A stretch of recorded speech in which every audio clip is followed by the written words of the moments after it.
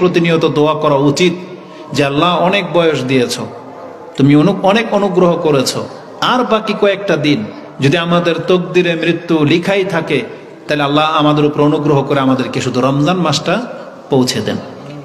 এটা অনেক বড় একটা ব্যাপার, কারণ আমরা তো আজকেও মরলে মরবো, কালকেও মরলে মরবো। প্রত্যেকটা মুসলিম যখনই মরুক কল্যাণকর, যদি সে মুসলিম হয়ে থাকে, কারণ মুসলিমের পুরো জীবনটাই হচ্ছে আশ্চর্যজনক।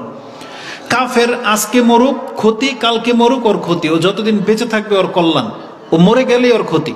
কিন্তু মুসলিম বেঁচে থাকলেও কল্যাণ, মরে গেলেও কল্যাণ, দুই দিক থেকে। একজন মুসলিম যত বেশি বয়স পাবে তার ইবাদত বাড়বে, আর যেই ব্যক্তির ইবাদত বাড়বে সে আল্লাহর কাছে সম্মানিত। রাসূলুল্লাহ সাল্লাল্লাহু আলাইহি ওয়াসাল্লামকে জিজ্ঞাসা করা হয়েছে, আইয়ুন নাসি আফদাল, কোন মানুষ সবচেয়ে উত্তম? রাসূল বলেছেন, মান তালা উমরুহু ওয়া হাসুনা আমালুহু, যেই ব্যক্তির বয়স বেশি তবে তার আমল সুন্দর, এই ব্যক্তি হচ্ছে উত্তম ব্যক্তি। কিন্তু এর বিপরীত, যার বয়স বেশি কিন্তু কর্ম খারাপ, এ মন্দ ব্যক্তি, এ কিন্তু তত খারাপ ব্যক্তি। কারণ বয়স বেশির সাথে যদি পাপ বেড়ে যায় তাহলে এ বেশি শাস্তি পাবে, কারণ তার পাপের মাত্রা বেশি। কিন্তু যাদের বয়স দিন দিন বাড়তেছে কিন্তু নেকির মাত্রাও যদি বাড়ে, তাহলে আপনার এই বয়সটা হচ্ছে কল্যাণকর বয়স। কারণ রাসূল বলেছেন, যেই ব্যক্তি লম্বা বয়স পাবে এবং তার আমলও সুন্দর, এই ব্যক্তি হচ্ছে উত্তম ব্যক্তি। এমনকি আবু দাউদ এবং ইবনে মাজাতে আরেকটা হাদিস রয়েছে, একজন সাহাবী তিনি স্বপ্নে দেখেছেন যে তিনি জান্নাতের দরজায় দাঁড়ানো দুইজন ব্যক্তিকে রাসূলুল্লাহ সাল্লাল্লাহু আলাইহি সাল্লাম ভ্রাতৃত্বের বন্ধনে আবদ্ধ করে দিয়েছিলেন মদিনাতে। তাদের এক ব্যক্তি যুদ্ধে শহীদ হয়ে গেছে, তার আরেক ভাই ওই দিন ওই যুদ্ধে শহীদ হয় নাই, তিনি আরো এক সপ্তাহ পর বা আরো এক বছর পর ইন্তেকাল করেছেন। তখন সাহাবী স্বপ্ন দেখতেছেন যে আমি জান্নাতের দরজায় দাঁড়ানো। তখন জান্নাতের ভিতর থেকে প্রথমে ডাকা হলো ওই ব্যক্তিকে যে এক বছর পরে ইন্তেকাল করেছে, তারপরে ডাকা হলো শহীদকে, আর আমাকে বলা হলো তুমি ফিরে যাও, তোমার এখনো সময় আসেনি। তখন তার ঘুম ভেঙে যায়। তখন তিনি সাহাবা একরামদের সাথে এই ব্যাখ্যা নিয়ে কথোপকথন এবং আশ্চর্য বোধ করলেন। এই সংবাদটা রাসূলুল্লাহ সাল্লাল্লাহু আলাইহি ওয়াসাল্লামকে জানানো হয়েছে। তখন রাসূলুল্লাহ সাল্লাল্লাহু আলাইহি ওয়াসাল্লাম বললেন, তুমি কোন বিষয়টাকে নিয়ে আশ্চর্য বোধ করতেছো? তখন বলতেছেন, ইয়া রাসূলুল্লাহ, যেই ব্যক্তি শহীদ তার আগে তার ওই ভাইকে জান্নাতে প্রথম ডাকা হলো, এটা তো আশ্চর্যজনক ব্যাপার যে শহীদের আগে এই সাধারণ ব্যক্তি জান্নাত কিভাবে পাবে? তখন রাসূলুল্লাহ সাল্লাল্লাহু আলাইহি ওয়াসাল্লাম বলেছেন যে সে কি এই যুদ্ধের পরে আরো কিছুদিন এই পৃথিবীতে বেঁচে ছিল? বলছে নাম। বলছে আদরাকা রমাদান, সে কি রমজান মাস পেয়েছে? বলছে নাম। তখন রাসূলুল্লাহ সাল্লাল্লাহু আলাইহি সাল্লাম বলেছেন যে এই দুই ব্যক্তি এই যুদ্ধে অংশ নিয়েছিল, মুজাহিদ, কিন্তু একজন শহীদ হয়ে সুউচ্চ মর্যাদায় পৌঁছে গেছে, কিন্তু এই ব্যক্তিও মর্যাদাবান যেহেতু এও মুজাহিদ। কিন্তু আল্লাহ সুবহানাহু ওয়া তাআলা একে আরো কিছু কাল বাঁচিয়ে রেখেছেন, যার ফলশ্রুতিতে এ যে কয়দিন নামাজ আদায় করেছে, রমজান মাস পেয়েছে, কদর পেয়েছে, এর এই এক বছরের ইবাদত তার আগের বন্ধু থেকে তাকে এতটা উপরে তুলে দিয়েছে যতটা দূরত্ব জমিন থেকে আকাশের আছে। তার মানে এই পৃথিবীতে একজন মুসলিম যত দিন বেঁচে থাকবে তার প্রত্যেকটা সেজদা তাকে উপর দিকে তুলতেই থাকবে। যার যত বেশি সেজদা হবে, যার যত বেশি সিয়াম, সে তত বেশি উপর দিকে যেতে থাকবে। আর আবু দাউদের মধ্যে জানাজার অধ্যায়ে যেটা আছে যে ঠিক সেম একটা ঘটনা, দুই ব্যক্তি বন্ধুত্ব বা ভ্রাতৃত্ব রাসূল করে দিয়েছিলেন। এক ব্যক্তি এক সপ্তাহ পরে বা কিছু কাল পরে ইন্তেকাল করেছে, ওই শহীদ ব্যক্তির না, দ্বিতীয় ব্যক্তির যখন ইন্তেকাল হয়েছে, সাহাবা একরামরা জানাজার সালাত আদায় করেছেন এবং রাসূল তাকে জিজ্ঞেস করলেন, তোমরা কি দোয়া করেছো? তখন সাহাবা একরামরা বলেছেন, ইয়া রাসূলুল্লাহ, আমরা দোয়া করেছি, আল্লাহুম্মা গফির লাহু ওয়ালহিকহু বিসাহিবিহি, আল্লাহ এই ব্যক্তিটাকে আপনি ক্ষমা করে দেন এবং একে তার সঙ্গীর সাথে মিলিয়ে দেন। তার সঙ্গীকে যারা মদিনায় একসাথে চলাফেরা করত, একসাথে ঘোরাফেরা করত, একসাথে যুদ্ধ করেছে, কিন্তু একজন শহীদ হয়েছে, একজন শহীদ হয়নি। তাহলে যেই ভাই তার লগের ব্যক্তি যিনি শহীদ হয়ে গেছেন তার তো অনেক উচ্চ মাকাম সে পৌঁছে গেছে, তাই আমরা দোয়া করেছি যে আল্লাহ একেও যেতে দুনিয়াতে তার ভাইয়ের সাথেই থাকতো সব কাজে ভালো কাজে, তাহলে একেও তাকে শহীদের স্থানে পৌঁছে দেন। কত উত্তম দোয়া না? আমাদের কাছে তো মনে হচ্ছে যে এটাই উত্তম। তখন রাসূলুল্লাহ সাল্লাল্লাহু আলাইহি সাল্লাম আশ্চর্য হয়ে বললেন, ফাআইনা সালাতুহু বাদা সালাতিহি ওয়া সাওমুহু বাদা সাওমিহি ওয়া সাদাকাতুহু বা ইলা আখির। এইভাবে রাসূল কয়েকটা কথা বলেছেন যে তুমি যে তার জন্য দোয়া করলা যে আল্লাহ একে ক্ষমা করেন এবং একেও শহীদের সাথে মিলিয়ে দেন, তাহলে এ যে ওই যুদ্ধের পরে আরো কিছু কাল বাকি থাকলো, এর সালাতগুলোর নেকি কি করলা? এর সিয়াম যে রেখেছে, সিয়ামের নেকিগুলো তোমরা কি করলা? আল্লাহ তো তাকে তার শহীদ ভাইয়ের মর্যাদা দিয়ে দিবেন, কিন্তু এ যে 1 বছর বা 1 সপ্তাহ বা আরো 10-15 দিন যে বেঁচে ছিল, তার এই নামাজের নেকিগুলোরে তোমরা কি করলা? রাসূল আশ্চর্য হয়ে বলতেছেন। তার মানে তিনি বুঝাতে চাইলেন। তারপর রাসূল ওই কথাটাই বলেছেন, তার এই কয়দিনের সালাত, তার এই সিয়াম তাকে তার বন্ধু থেকে এতটা উপরে নিয়ে চলে গেছে যতটা দূরত্ব জমিন থেকে আকাশের আছে। এই হাদিস দুইটা আপনি ইবনে মাজাতে এবং আবু দাউদে পেয়ে যাবেন। আবু দাউদেরটা মনে আছে যে জানাজার অধ্যায় আপনি পাবেন, যেহেতু বক্তব্যটা আরো 1 বছর আগে করেছিলাম, হঠাৎ করে মনে পড়লো সেজন্য বললাম। এই রমজান কেন্দ্রিক আলোচনাটা করা হয়েছিল যে এক ব্যক্তি যদি 1 বছরের রমজান মাস পেয়ে যায়, অথবা 1 বছর যদি তার তকদিরে লাইলাতুল কাদার জুটে যায়, আপনি কি মনে করেন 1 বছরের লাইলাতুল কাদার মানে আপনার আমল নামায় ৮৩,০০০ বছর প্লাস নেকি জমে যাবে। খায়রুম মিন আলফি শাহর। এটা অনেক গুরুত্বপূর্ণ ব্যাপার। এই জন্য রমজান আমাদের অত্যন্ত ধার প্রান্তে চলে আসছে। আমাদেরকে কোনোভাবেই হেয়ালি করা উচিত না। অন্তর থেকে আল্লাহর কাছে চাইতে হবে যে আল্লাহুম্মা বাল্লিগনা রমাদান, আল্লাহ আমাদেরকে রমজান মাস পর্যন্ত পৌঁছে দেয়। করবেন তো ইনশাআল্লাহ দোয়া? প্রতিনিয়তই করবেন, এটা আমাদের জন্য জরুরি। আরেকটা কারণে জরুরি আপনাকে বলি, এটা নাম্বার সহ বলতে পারবো।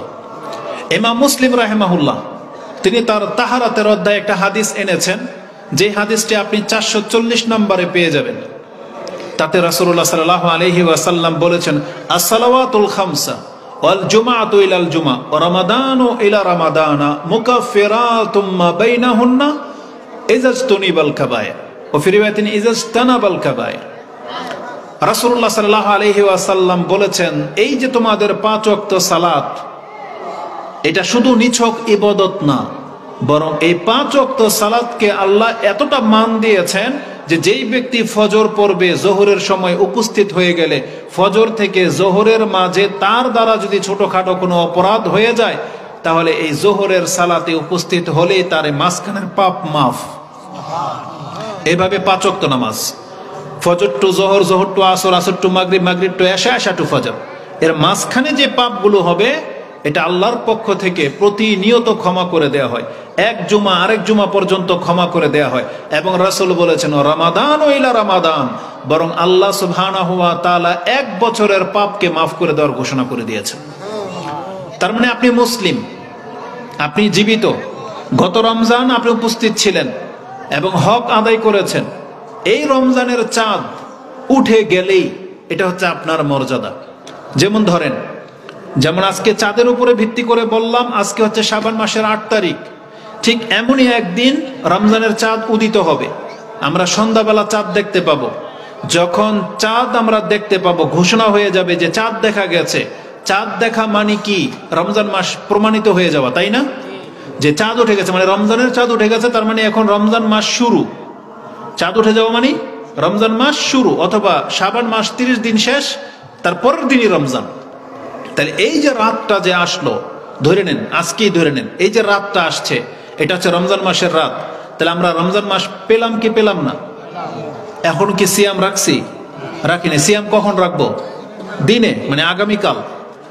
রাত আগে আসে, মানে রমজান মাস আগে আসে, আর রমজান মাসের ইবাদতটা একটু পরে আসে, মানে সিয়ামটা পরে আসে। কিন্তু আল্লাহর মর্যাদা দেখেন, আপনি কালকে সিয়াম রাখতে পান আর না পান, আপনি মুসলিম, আপনি জীবিত, হয়তো বা অসুস্থ, জীবিত আপনি, চাঁদ উঠে গেছে, আপনার 1 বছরের পাপ মাফ। এটা হচ্ছে রমজান মাস। এই জন্য এটাকে গুরুত্বের সাথে নিবেন। কেন জানেন? মানে রমজান মাসটাকে আমরা যেন হেলায় ফেলায় পার না করে দিই। এই রমজান মাস আসতে আসে আমাদেরকে পাপ মুক্ত করার জন্য। আল্লাহ সুবহানাহু ওয়া তাআলা রমজান মাসকে আমাদের জন্য বৃষ্টি স্বরূপ বা ফিল্টার স্বরূপ করেছেন, বা মানে স্ক্যানার ধরে নেন, ডিজিটাল ভাষায় যদি বলি স্ক্যানার, মানে যেটার উপরে স্ক্যানিং করলে ভাইরাস ব্যাকটেরিয়া ধরা পড়ে যায়, মারা পড়ে যায়। তা আমাদের উপর দিয়ে রমজান মাস যাবে, 1 মাস লাগাতার আমাদের উপর দিয়ে যাবে। প্রত্যেকটা ব্যক্তির উচিত এই 1 মাসের স্ক্যানিং এর মধ্যে, এই 1 মাসের বৃষ্টির মাধ্যমে সে যেন তার আমল নামার মধ্যে কোনো পাপ বাকি না রাখে। এটা আমাদের কাজ। আল্লাহ রমজান মাসকে সেই জন্যই কিন্তু আমাদের কাছে পাঠাবেন। আর আল্লাহ আমাদেরকে ক্ষমা যে করতে চান, তার একটা হাদিস দিয়ে বুঝাইলাম যে রমজান মাস আসলে আপনাকে ক্ষমা করে দেওয়া হবে, 1 বছরের পাপ আপনার মাফ, যদি আপনি কাবিরা গুনাহ থেকে বেঁচে থাকা ব্যক্তি হন। কাবিরা গুনাহ কিলো কি? মিথ্যা বলা, চুরি করা, কাউকে ঠকানো, ঘুষ খাওয়া, সুদ খাওয়া, হত্যা করা, জেনা করা, এই ধরনের পাপগুলো, বেনামাজি হওয়া, এগুলো থেকে যেই ব্যক্তি বেঁচে থাকবেন তার অন্যান্য আদার্স পাপগুলো আল্লাহ মাফ করে দিবেন। কিন্তু বড় পাপ থেকে আপনাকে বেঁচে থাকতে হবে। এই রমজান মাস আমাদেরকে যে ক্ষমা করার মাস, আল্লাহ সুবহানাহু ওয়া তাআলা তার পক্ষ থেকে আরেকটা কাজ করেন। সেটা কি? সুফিদাতি শায়াতিন ওয়া মারাদাতুল জিন। রাসূল বলেছেন, ইজা কানা আউয়ালু লাইলাতিন মিন রমাদান ফুতিহাত আবওয়াবুল জান্নাহ ওয়া গুল্লিকাত আবওয়াবুন নার ওয়া সুফিদাতি শায়াতিন ফালাম মানে তাকে আর ছাড়া হয় না, মানে শয়তানকে শৃঙ্খলাবদ্ধ করা হয়, তাকে আর মুক্ত করা হয় না যতদিন পর্যন্ত রমজান মাস থাকবে। এই কথাটা কেন বললেন আল্লাহ? যাতে করে আমরা অধিকাংশ মানুষ পাপ করি আর দোষ দেই কাকে? শয়তানকে, যে শয়তান আমাকে পাপ করায়। হ্যাঁ, শয়তান আমাদেরকে পাপ করায়, কারণ কোরআনে আল্লাহ এই কথা উল্লেখ করেছেন যে শয়তান আল্লাহর সাথে চ্যালেঞ্জ করেছে, লাইন আখারতানি ইলা ইয়াউমিল কিয়ামাতি লাহতানিকান্না যুররিয়াতাহু ইল্লা কালিলা।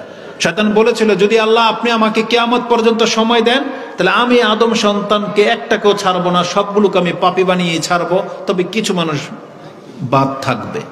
তাহলে শয়তান এটা চ্যালেঞ্জ।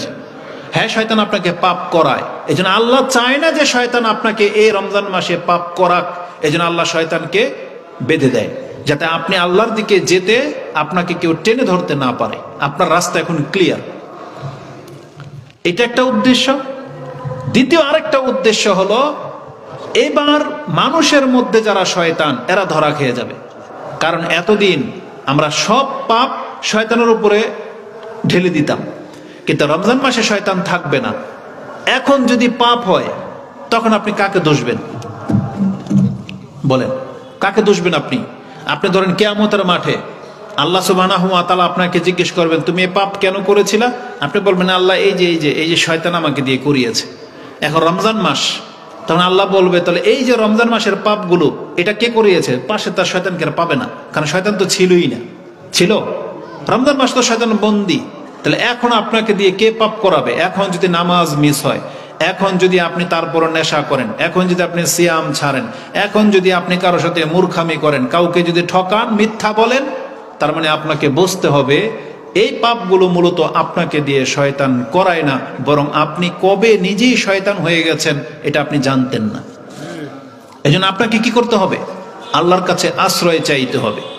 এজন্য আল্লাহ সুবহানাহু ওয়া তাআলা কিন্তু কোরআনে জানিয়েছেন যে শয়তান শুধু জিনদের মধ্য থেকে হয় না, মানুষের মধ্য থেকেও শয়তান আছে।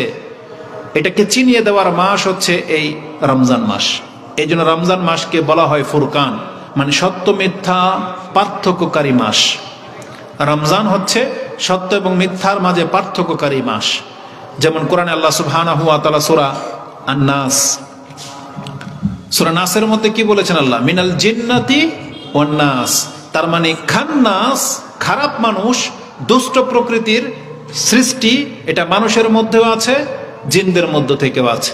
তা রমজান মাসে আল্লাহ সুবহানাহু ওয়া তাআলা জিনদের মধ্যে খারাপ সৃষ্টিটাকে তো আটকিয়ে দেন, শুধুমাত্র মানুষ রূপীদেরকে আল্লাহ ছেড়ে দেন, শুধু প্রমাণ করিয়ে দেওয়ার জন্য যে তোমাদের মধ্যে যারা এখন পাপ করবে, তাহলে তুমি জেনে নাও তুমি হচ্ছে মানুষের মধ্যকার শয়তান। এজন্য আল্লাহ সুবহানাহু ওয়া তাআলার কাছে আপনি কি তওবা করতে হবে যে আল্লাহ আমি যেন সেই শয়তান না হই, এবং আমাদেরকে আল্লাহ সুবহানাহু ওয়া তাআলার কাছে আশ্রয় চাইতে হবে যে আল্লাহ আমার মধ্যে যে শয়তানের চিন্তাগুলো আছে সেগুলো থেকে আমি তোমার কাছে আশ্রয় চাচ্ছি, যেটা সকাল সন্ধ্যার দোয়াতেও রয়েছে যে আল্লাহুম্মা ইন্নী আউযু বিকা মিন শাররি নাফসি ওয়া মিন শাররি শায়তানি ওয়া শিরকি। আল্লাহ, আমি তোমার কাছে আমার মন্দ চিন্তা এবং শয়তানের শিরকি কাছ থেকে তোমার কাছে আশ্রয় চাচ্ছি। এটা সকাল সন্ধ্যা করতে হবে, তো ভুলে গেলে চলবে না। এটা কোন মাস বলেন? এটা কোন মাস? শাবান মাস। কয় তারিখ বললাম? 8 তারিখ। 7 তারিখ পাস হয়ে চলে গেছে, আজকে 8 তারিখের চাঁদ উঠে গেছে। এটা হচ্ছে রাসূলুল্লাহ সাল্লাল্লাহু আলাইহি ওয়াসাল্লামের সুন্নাহ। আচ্ছা, এমন কেউ আছেন যে চাঁদ দেখার চেষ্টা করেন বা করেছেন? নিজের চোখে চাঁদ দেখেছেন এই 7 দিনে? দেখেছেন? চাঁদ দেখলে একটা দোয়া পড়তে হয়, ওইটাও তো জীবনে মনে হয় আমল করার ইচ্ছা জাগে না আপনাদের, নাকি না? এখন আপনি বলবেন যে হুজুর এগুলো তো হুজুরদের কাজ, তাই না? আপনি ওই মসজিদের ইমামকে রেখেছেন বেতন দিয়ে, তার মানে উনি আপনার পুরা ধর্মের জিম্মাদারি নিয়ে নিয়েছে, মানে সব কিছু তাকে দিয়ে দিয়েছেন। যেমন আপনারা নামাজ পড়েন আর কিছুই মনে বলা লাগে না, একটা দায়িত্ব বিহাজাল ইমাম, ইমামের উজু গেলে আমারও গেল। বিষয়টা কিরকম? ইমামের জবাব ইমাম দেবে, কিন্তু আপনার জবাব আপনি দিবেন। আপনার রুকু সেজদা ওইটা ইমামের ঠিক করতে হবে নাকি আপনারটা আপনারও ঠিক করতে হবে? প্রত্যেকের রুকু সেজদা আপনাকেও ঠিক করতে হবে। আপনার নিয়ত, ইমামের নিয়ত ঠিক থাকলেই হবে, আপনার ঠিক থাকতে হবে না? তাহলে আপনারটাও ঠিক থাকতে হবে। ঠিক ধর্মীয় ব্যাপারগুলো তাই। আল্লাহ সুবহানাহু ওয়া তাআলা রাসূলুল্লাহ সাল্লাল্লাহু আলাইহি ওয়াসাল্লামকে আমাদের মাঝে রাসূল করে প্রেরণ করেছেন। এটা শুধু মসজিদের হুজুরদের দায়িত্ব না, এটা শুধু তার জন্য না, এটা সমস্ত মুসলিম জাতির উপরে। আল্লাহ সুবহানাহু ওয়া তাআলা বলেছেন, লাকাদ কানা লাকুম ফি রাসূলিল্লাহি উসওয়াতুন হাসানাহ লিমান কানা ইয়ারজুল্লাহা ওয়াল ইয়াউমাল আখিরা ওয়া যাকারাল্লাহা কাসীরা। যারা আল্লাহ এবং পরকালে বিশ্বাসী এবং যারা আল্লাহকে অধিক মাত্রায় স্মরণ করতে চায়, এমন প্রত্যেক ব্যক্তির জন্য রাসূল হচ্ছে উসওয়াতুন হাসানা। তার মানে তিনি হচ্ছেন আইডিয়াল, তিনি হচ্ছেন অনুসরণীয়। এই জন্য যেই ব্যক্তি আপনি পরকালে বিশ্বাসী, আপনাকে রাসূলের আদর্শের দিকে তাকাইতেই হবে। আপনাকে দেখতে হবে যে আমাদের নবী মুহাম্মদুর রাসূলুল্লাহ সাল্লাল্লাহু আলাইহি ওয়াসাল্লাম তিনি কি ভাবতেন, কি করতেন, কিভাবে তার সারাদিন পার হতো। এটা আমাদের প্রত্যেকের দায়িত্ব। এটা শুধু ঠিকাদারি হুজুররা নেয় নেই, এটা শুধু মসজিদের ইমামের কাজ না। এটা শাবান মাস চলতেছে, এটা শুধু মসজিদের ইমামের দায়িত্ব না, এটা আপনাদেরও দায়িত্ব। কারণ শাবান মাসের কিছু আমল আছে, সেটা আমি আপনাকে বলবো। তো চাঁদ দেখার দায়িত্ব এটা শুধু ইমামের না, এটা প্রত্যেকের দায়িত্ব। যে দেখবেন তার নেকি, কারণ চাঁদ দেখলে এটা দোয়া আছে। এই দোয়াটা অত্যন্ত কল্যাণকর, যেটা আপনার তিরমিজিতে দোয়ার অধ্যায় রয়েছে। রাসূলুল্লাহ সাল্লাল্লাহু আলাইহি ওয়াসাল্লাম তিনি চাঁদ দেখতেন এবং বলতেন, আল্লাহুম্মা আহিল্লাহু আলাইনা বিল ইয়ুমনি ওয়াল ঈমান ওয়া সালামাতি ওয়াল ইসলাম রাব্বি ওয়া রাব্বুকাল্লাহ। যে আল্লাহ, এই চাঁদকে আমাদের উপরে উদিত করো এই মাসের জন্য ঈমান এবং ইসলামের বাহন করে।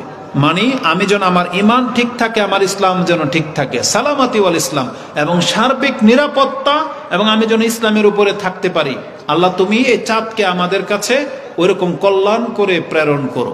তার মানে রাসূলুল্লাহ সাল্লাল্লাহু আলাইহি ওয়াসাল্লামের এই দোয়া থেকে বোঝা যাচ্ছে এই চাঁদের সাথে কল্যাণ অকল্যাণ জড়িত রয়েছে। প্রত্যেক মাসে চাঁদ যখন উদিত হয় তখন পৃথিবীর উপরে কল্যাণ হবে, কি কল্যাণ হবে, অকল্যাণ হবে, এগুলো আল্লাহর পক্ষ থেকে লিখিত। কিন্তু আমরা জানি না যে এই মাসে আমাদের উপরে কি আসতে যাচ্ছে। কিন্তু আপনি যদি আল্লাহ সুবহানাহু ওয়া তাআলার কাছে দোয়া চেয়ে নেন, আগে থেকেই কল্যাণ চেয়ে নেন, আশা করা যায় যে আপনি এই অকল্যাণ থেকে মুক্তি পেতে পারেন। আজকে আমরা সাধারণত বিজাতিদের অনুকরণ করি। বিজাতিদের কাজ কি? ওরা বছরে একবার কল্যাণ কামনা করে, আর ওদের কল্যাণ কামনার থিওরি হলো নাচ গান, রং তামসা।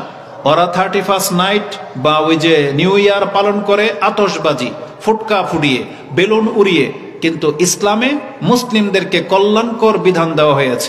যেমন মুসলিমদের জবান দিয়ে কল্যাণকর শব্দ উচ্চারণ হবে, এই জন্য ফোন ধরেই আমরা হ্যালো বলি না। আপনি আগে হ্যালো বলবেন না, ওই হে এগুলো বলবেন না। প্রথমে মুসলিমদেরকে শিক্ষা দেওয়া হয়েছে তুমি সালাম দিয়ে কথা বলবে, আসসালামু আলাইকুম। সেটা ছোট হোক আর বড় হোক, বড় আর ছোট যে কথা বলতে চাইবে প্রথমেই সে সালাম দিয়ে কথা বলবে। যদি আমাদের সমাজে মনে হয় আদব মনে করা হয় যে ছোটরা বড়দেরকে সালাম দেবে। বিষয়টা এরকম না। বিষয়টা হলো যে কথা বলবে সে সালাম দিয়ে কথা বলবে। আর এই সালামের মধ্যে দোয়া নিহিত রয়েছে, যে মুসলিম একে অপরের জন্য কথা বলবে দোয়া করে যে আপনার উপরে শান্তি বর্ষিত হোক, তারপরে কথা শুরু হবে। এটা হচ্ছে আমাদের ধর্ম, এটা হচ্ছে কল্যাণকর দিন। কিন্তু আপনি যখন বিজাতির থেকে দিন নিবেন, তখন তারা আপনাকে কি শিখাবে? হ্যালো শিখাবে, সকালবেলা হইলে গুড মর্নিং শিখাবে, গুড ইভিনিং শিখাবে, গুড নাইট শিখাবে, এটা শিখাবে। বাংলা ভাষীর মুসলিম যদি হন, আপনি যদি বাংলা ভাষী মুসলিম না, আপনি বাংলাদেশি, তখন আপনি কইবেন সুপ্রভাত, স্বাগতম, এগুলোই না বলবেন। কেউ যদি কোনো উপকার করে ধন্যবাদ বলতেছেন, কিন্তু ইসলাম এটা বলে না। ইসলাম বলে মুসলিম কেউ উপকার করলে থ্যাঙ্কস বলবে না, তারপরে শুকরানা বলবে না, বলবে জাযাকাল্লাহু খায়রান, আল্লাহ তোমাকে এর বিনিময়ে উত্তম প্রতিদান দিক। তার মানে সব কিছুর মধ্যে কল্যাণ জড়িত, ভাষাতে কল্যাণ জড়িত, অ্যাটিটিউড মানে আচার ব্যবহারে কল্যাণ জড়িত। এই জন্য আমাদেরকে শিক্ষা দেওয়া হয়েছে নববর্ষ শুধু বছরে একবার পালিত হবে না। ইসলামে যেহেতু নতুন চাঁদ ওঠে, এই জন্য প্রত্যেক নতুন চাঁদের সময় আল্লাহর কাছে আপনাকে দোয়া করতে শেখানো হয়েছে। কিন্তু আজকে অধিকাংশ মুসলিম রাসূলুল্লাহ সাল্লাল্লাহু আলাইহি ওয়াসাল্লামের সুন্নাহকে আমরা উপেক্ষা করে চলি, যার ফলে আমরা বিভিন্ন বালা মুসিবতের মধ্যে পতিত হচ্ছি। কিন্তু উচিত ছিল না, উচিত ছিল আমরা আল্লাহ সুবহানাহু ওয়া তাআলার কাছে প্রতিনিয়ত কল্যাণ কামনা করব। এই এই চারটা পাঁচটাকে সরিয়ে দেন, এত কথা বলে কেন? ওই যে ওকে এদিকে আসো, ওকে মাঝখানে ঢোকান, সবগুলোকে একসাথে দিয়ে রাখছেন। ওঠো ওঠো ওঠো, তুমি হলুদ গেঞ্জি শার্ট, ওঠো ওঠো, আসো আসো আসো, এই তুমি এর সামনে আসো, এই তুমি আসো আসো, হ্যাঁ আসো আসো আসো আসো, এদিকে এর সামনে বসো, সামনে ওরা জায়গা করে দেন ভালো করে, হ্যাঁ বসো। শোনো, তোমাদেরকে কথা শুনতে হবে। এই ইসলাম, এই বক্তব্য, এই স্টেজ, এটা শুধু মুরব্বীদের জন্য না, এটা তোমাদের জন্যও। কারণ ইসলামের কথা তুমি যদি বোঝো, শোনো, তাহলে আল্লাহ সুবহানাহু ওয়া তাআলা তোমার উপরে সন্তুষ্ট হবেন, তুমি আল্লাহকে চিনতে পারবা, তোমার ধর্ম বুঝতে পারবা। এই জন্য এই জায়গাতে এসে তুমি কথা বলবা না, কথা শোনো আজকে, এটা তোমার মর্যাদাকে বাড়িয়ে দেবে। রাসূলুল্লাহ সাল্লাল্লাহু আলাইহি ওয়াসাল্লাম এদের মতো বয়সের বাচ্চাদেরকে সবচেয়ে বেশি উত্তমভাবে ট্রেন করতেন, উত্তমভাবে শিক্ষা দিতেন। আল্লাহর পরিচয় বড়দের চাইতে বেশি ওদের কাছে আল্লাহ সুবহানাহু ওয়া তাআলা তুলে ধরেছেন, যেটা আমরা প্রায় বক্তব্যে বলে থাকি। আব্দুল্লাহ ইবনে আব্বাস রাদিয়াল্লাহু তাআলা আনহুমা, তার বয়স মাত্র 5 থেকে 6, এর বয়সের বেশি হবে না, এই বয়সেরই ছিলেন। তাকে রাসূলুল্লাহ সাল্লাল্লাহু আলাইহি সাল্লাম শিক্ষা দিচ্ছেন, কাঁধে হাত দিয়ে পাশাপাশি হাঁটছেন আর বলতেছেন, ইয়া গোলাম ইন্নী উআল্লিমুকা কালিমাত, আমি তোমাকে কয়েকটা কথা শিক্ষা দিই। ইহফাজিল্লাহ ইহফাজুক, তুমি আল্লাহকে হেফাজত করো, আল্লাহ তোমাকে হেফাজত করবে। ইহফাজিল্লাহ তাজিদুহু তুজাহাক, তুমি আল্লাহর হেফাজত করে চলবে, তুমি যে কোনো বালা মুসিবতে আল্লাহকে তোমার সামনে পাবে। তাহলে এই বয়সের বাচ্চা ও এটার কি কদর বুঝবে, এটা আমরা মনে করি, কিন্তু দেখেন বাস্তব তার উল্টা। অথচ এই বয়সের বাচ্চাটাই রাইসুল মুফাসসিরিন, তিনি হচ্ছেন মুফাসসিরদের মধ্যে শ্রেষ্ঠ। আব্দুল্লাহ ইবনে আব্বাস, যার বয়স মাত্র 10 থেকে 12, তখন তিনি ওমর রাদিয়াল্লাহু তাআলা মজলিসে সূরার একজন, যিনি তার ডান পাশে বসতেন। যেই ছোট বাচ্চাকে দেখে, 10-12 বছরের এই কিশোরকে দেখে অন্যান্য বয়োজ্যেষ্ঠ সাহাবীদের অন্তর একটু লাগলো যে ওমর রাদিয়াল্লাহু তাআলা আমাদের মজলিসে এই বয়সের বাচ্চাকে কেন বসায় রাখে, যদিও আমাদেরও তো তার বয়সের বাচ্চা আছে, আমরা তো নিয়ে আসি না। এটা ওমর রাদিয়াল্লাহু তাআলা টের পেলেন। একদিন প্রমাণ করার জন্য যে এই আব্দুল্লাহ ইবনে আব্বাস যাকে আমার ডান পাশে বসিয়ে রাখি, একে তোমাদেরকে প্রমাণ করে ছেড়ে দেব। একদিন তিনি মজলিসে ডাকলেন, সবাইকে ডাকলেন। ওই দিন কোনো বড় ধরনের কোনো সিদ্ধান্তের ব্যাপার ছিল না, সাধারণ। আব্দুল্লাহ ইবনে আব্বাস রাদিয়াল্লাহু তাআলা আনহুমাকেও ডাকলেন এবং তিনি বললেন সবাইকে এমনিতে, ইজা জাআ নাসরুল্লাহি ওয়াল ফাত, এই সূরা সম্পর্কে আপনারা কে কি জানেন বলেন তো। তখন এক একজন সাহাবী যে যেটা জানতো সেটাই বলেছেন। তখন আব্দুল্লাহ ইবনে আব্বাস রাদিয়াল্লাহু তাআলা আনহুমাকে জিজ্ঞাসা করা হয়েছে, তুমি এই ব্যাপারে কি জানো? তখন তিনি বলেছিলেন, হিয়া আজালু রাসূলিল্লাহি সাল্লাল্লাহু আলাইহি ওয়াসাল্লাম, ইজা জাআ নাসরুল্লাহি ওয়াল ফাত ওয়া রাআইতান নাসা ইয়াদখুলুনা ফি দীনিল্লাহি আফওয়াজা ফাসাব্বিহ বিহামদি রাব্বিকা ওয়াস্তাগফির। এই কথার মাধ্যমে আল্লাহ তাকে জানিয়ে দিলেন যে আপনার সময় শেষ হয়ে গেছে, আপনার পৃথিবীতে আর বেশি দিন থাকা হবে না, এখন আপনি আপনার রবের পবিত্রতা ঘোষণা করেন আর বেশি বেশি ইস্তেগফার করেন, আপনার দায়িত্ব পালন হয়ে গেছে। তার মানে এটা রাসূলুল্লাহ সাল্লাল্লাহু আলাইহি ওয়াসাল্লামের মৃত্যুর সংবাদ দেওয়া হয়েছে রাসূলুল্লাহ সাল্লাল্লাহু আলাইহি সাল্লামকে। তখন ওমর রাদিয়াল্লাহু তাআলা আনহু বললেন, আমি এটাই জানি, যেটাই আব্দুল ইবনে আব্বাস বলল এটাই আমি জানি, এই জন্য তাকে আমি আমার মজলিসে বসিয়ে রাখি। তার মানে কোরআন সম্পর্কে সবচেয়ে বিজ্ঞ হচ্ছে আব্দুল ইবনে আব্বাস, অথচ বয়স মাত্র 10 থেকে 12। এই জন্য আমরা আমাদের এই বাচ্চাদেরকে হেলায় ফেলায় ছেড়ে দিলে চলবে না। আচ্ছা, এই যে ও যে কথা বলতেছিল, এই যে মোবাইল নিয়ে খেলা করতেছিল, ওর বয়সের বাচ্চা না ওরা? ওরা কোন বয়সের বাচ্চা? একই না? তাহলে একই। বলেন তো দেখি, কোরআন যে হিফজ করে আমাদের মতো বাচ্চারা না ওদের মতো বাচ্চারা? কারা? তার মানে ওদের ব্রেন আমাদের চাইতে বেশি ক্লিয়ার, ওদের ধারণ ক্ষমতা আমাদের চাইতে বেশি ক্লিয়ার, যে ওরা আল্লাহর কালামের মতো কালামকে মুখস্থ করে ফেলে 3 বছরে। কি মনে করেন? 2 বছর, 1 বছর, কেউ 6 মাসও মুখস্থ করে ফেলে। তাহলে ওদের ব্রেন, ওদের ধারণ ক্ষমতা আল্লাহ আমাদের চাইতে শ্রেষ্ঠ করেছেন, আমরাই শুধু ওদেরকে অন্য পথে চালিয়ে দিয়েছি, মোবাইলের মাধ্যমে, খেলতামশার মাধ্যমে লাগিয়ে দিয়েছি। কিন্তু রাসূলুল্লাহ সাল্লাল্লাহু আলাইহি ওয়াসাল্লাম এটাকে একটা সুপ্রিম পাওয়ার হিসেবে কাজে লাগিয়েছিলেন। রাসূলুল্লাহ সাল্লাল্লাহু আলাইহি ওয়াসাল্লাম যতগুলো যুদ্ধ করেছেন, যতগুলো সৈনিকের নাম আপনি জানেন, আপনি আমার কাছে লিস্ট নিয়ে আসেন, আমি আপনাকে প্রমাণ করে দেব প্রত্যেকটার বয়স বা অধিকাংশ সাহাবীদের বয়স 10 থেকে 20। আপনি দেখেন, ইতিহাস ঘাটেন। শুধুমাত্র আপনার কাছে মনে হচ্ছে যে আবু বকর নামটা তো আপনি জানেন, আবু বকর রাদিয়াল্লাহু তাআলা মনে হচ্ছে যে একজন বুড়া মানুষ লুঙ্গি খুলে পড়ে যাচ্ছে, এরকম হালকা পাতলা, এটা না দৃশ্য আপনার মাথায় ভেসে আসে যে আবু বকর মানুষ, এটা মুরব্বী মানুষ, তাই না? এটাই আপনার কাছে মনে হয়। কিন্তু আবু বকর রাদিয়াল্লাহু তাআলা আনহু যখন রাসূলুল্লাহ সাল্লাল্লাহু আলাইহি ওয়াসাল্লাম ইসলাম নিয়ে আসলেন 40 বছর, তখন আবু বকর রাদিয়াল্লাহু তাআলার বয়স 37 বছর, আমার চেয়ে 3 বছর কম যখন ইসলাম নাজিল হয়। তাহলে আমরা কি বুড়া হয়ে গেছি? 37 বছরের একটা ছেলেকে বুড়া? তাহলে এটা ছিল আবু বকর রাদিয়াল্লাহু তাআলা। ওমর রাদিয়াল্লাহু তাআলার বয়স তখন কত ছিল? তার থেকে আরো 7 বছর কম। কি মনে করেন আপনি? তা মাত্র 30 বছর, 33 বছরে গিয়ে ওমর রাদিয়াল্লাহু তাআলা ইসলাম গ্রহণ করেন। কেমন যুবক মনে করেন আপনি 33 বছর একটা যুবককে? আলী রাদিয়াল্লাহু তাআলা মাত্র যৌবনে পদার্পণ করে নাই যখন ইসলাম নাজিল হয়েছে, কিন্তু মদিনাতে আসার পর হয়তো তিনি ম্যাচিউরড হয়েছেন। ইবনে উমার, যার বয়স 15 মদিনাতে, তাহলে তার বাবার বয়স কত? উমরের বয়স কত ছিল? তো কথা হচ্ছে যে প্রত্যেকটা সাহাবী ছোট। ওসামা বিন যায়েদ রাদিয়াল্লাহু তাআলা আনহুকে যখন রাসূলুল্লাহ সাল্লাল্লাহু আলাইহি ওয়াসাল্লাম হুনাইনের যুদ্ধের সম্ভবত যিনি কমান্ডার বানালেন, তখন তার বয়স ছিল মাত্র 16 বছর। মাত্র 16 বছরের একটা যুবক। আমাদের সমাজে যুবক বলেন এদেরকে, কিশোর বলে, পোলাপান বলে, আমাদের ভাষায় কি বলি? পোলাপান। এই পোলাপানকে ওসামা বিন যায়েদ রাদিয়াল্লাহু তাআলা আনহুকে রাসূলুল্লাহ সাল্লাল্লাহু আলাইহি ওয়াসাল্লাম লিডার করে পাঠালেন। একটা সোলজারদের হেড কমান্ডার তিনি কমান্ড করেন। তার আন্ডারে ছিল আবু বকর, ওমর, ওসমান রাদিয়াল্লাহু তাআলা আনহুম আজমাইন। কি মনে করে? তাহলে এই বয়সটা খেলতামশার বয়স না।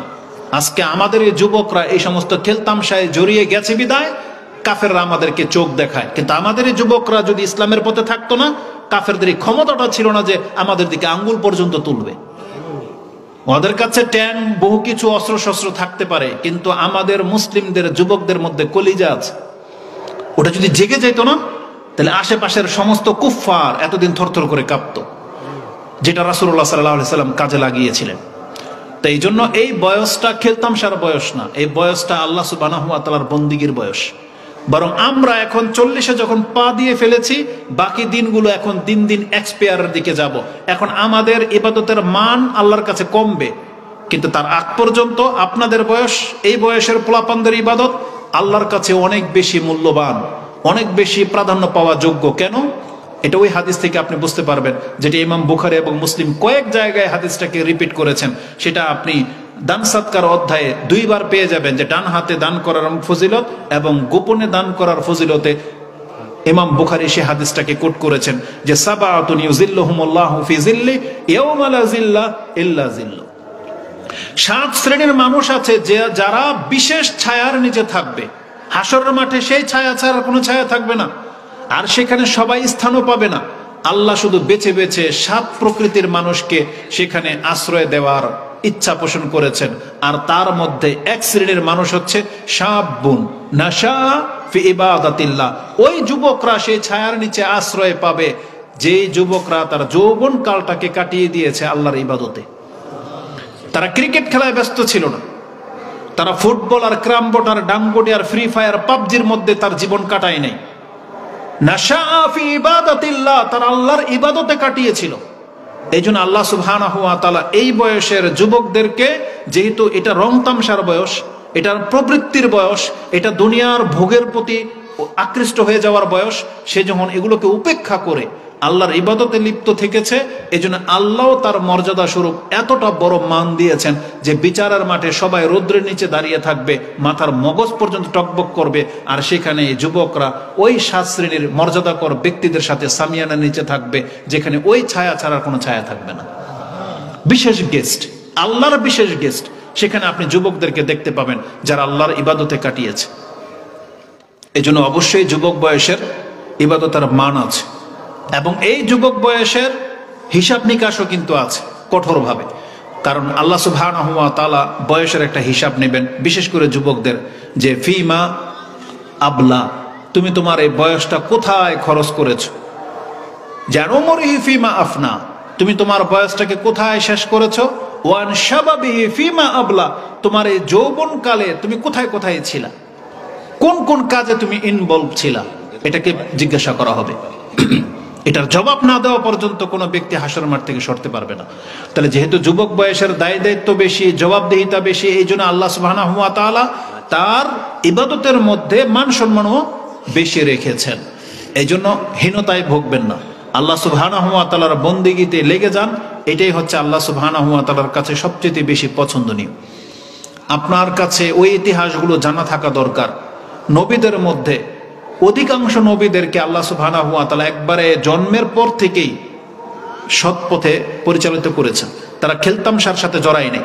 এমন হয় না আমাদের মতো যে তারা 10, 15, 20 বছর শুধু খেলতামশা করতো, তারপর আল্লাহ তাদেরকে বুঝ শক্তি দিয়ে হেদায়েত দান করছে, তারপরে নবী হয়েছে, এরকম না।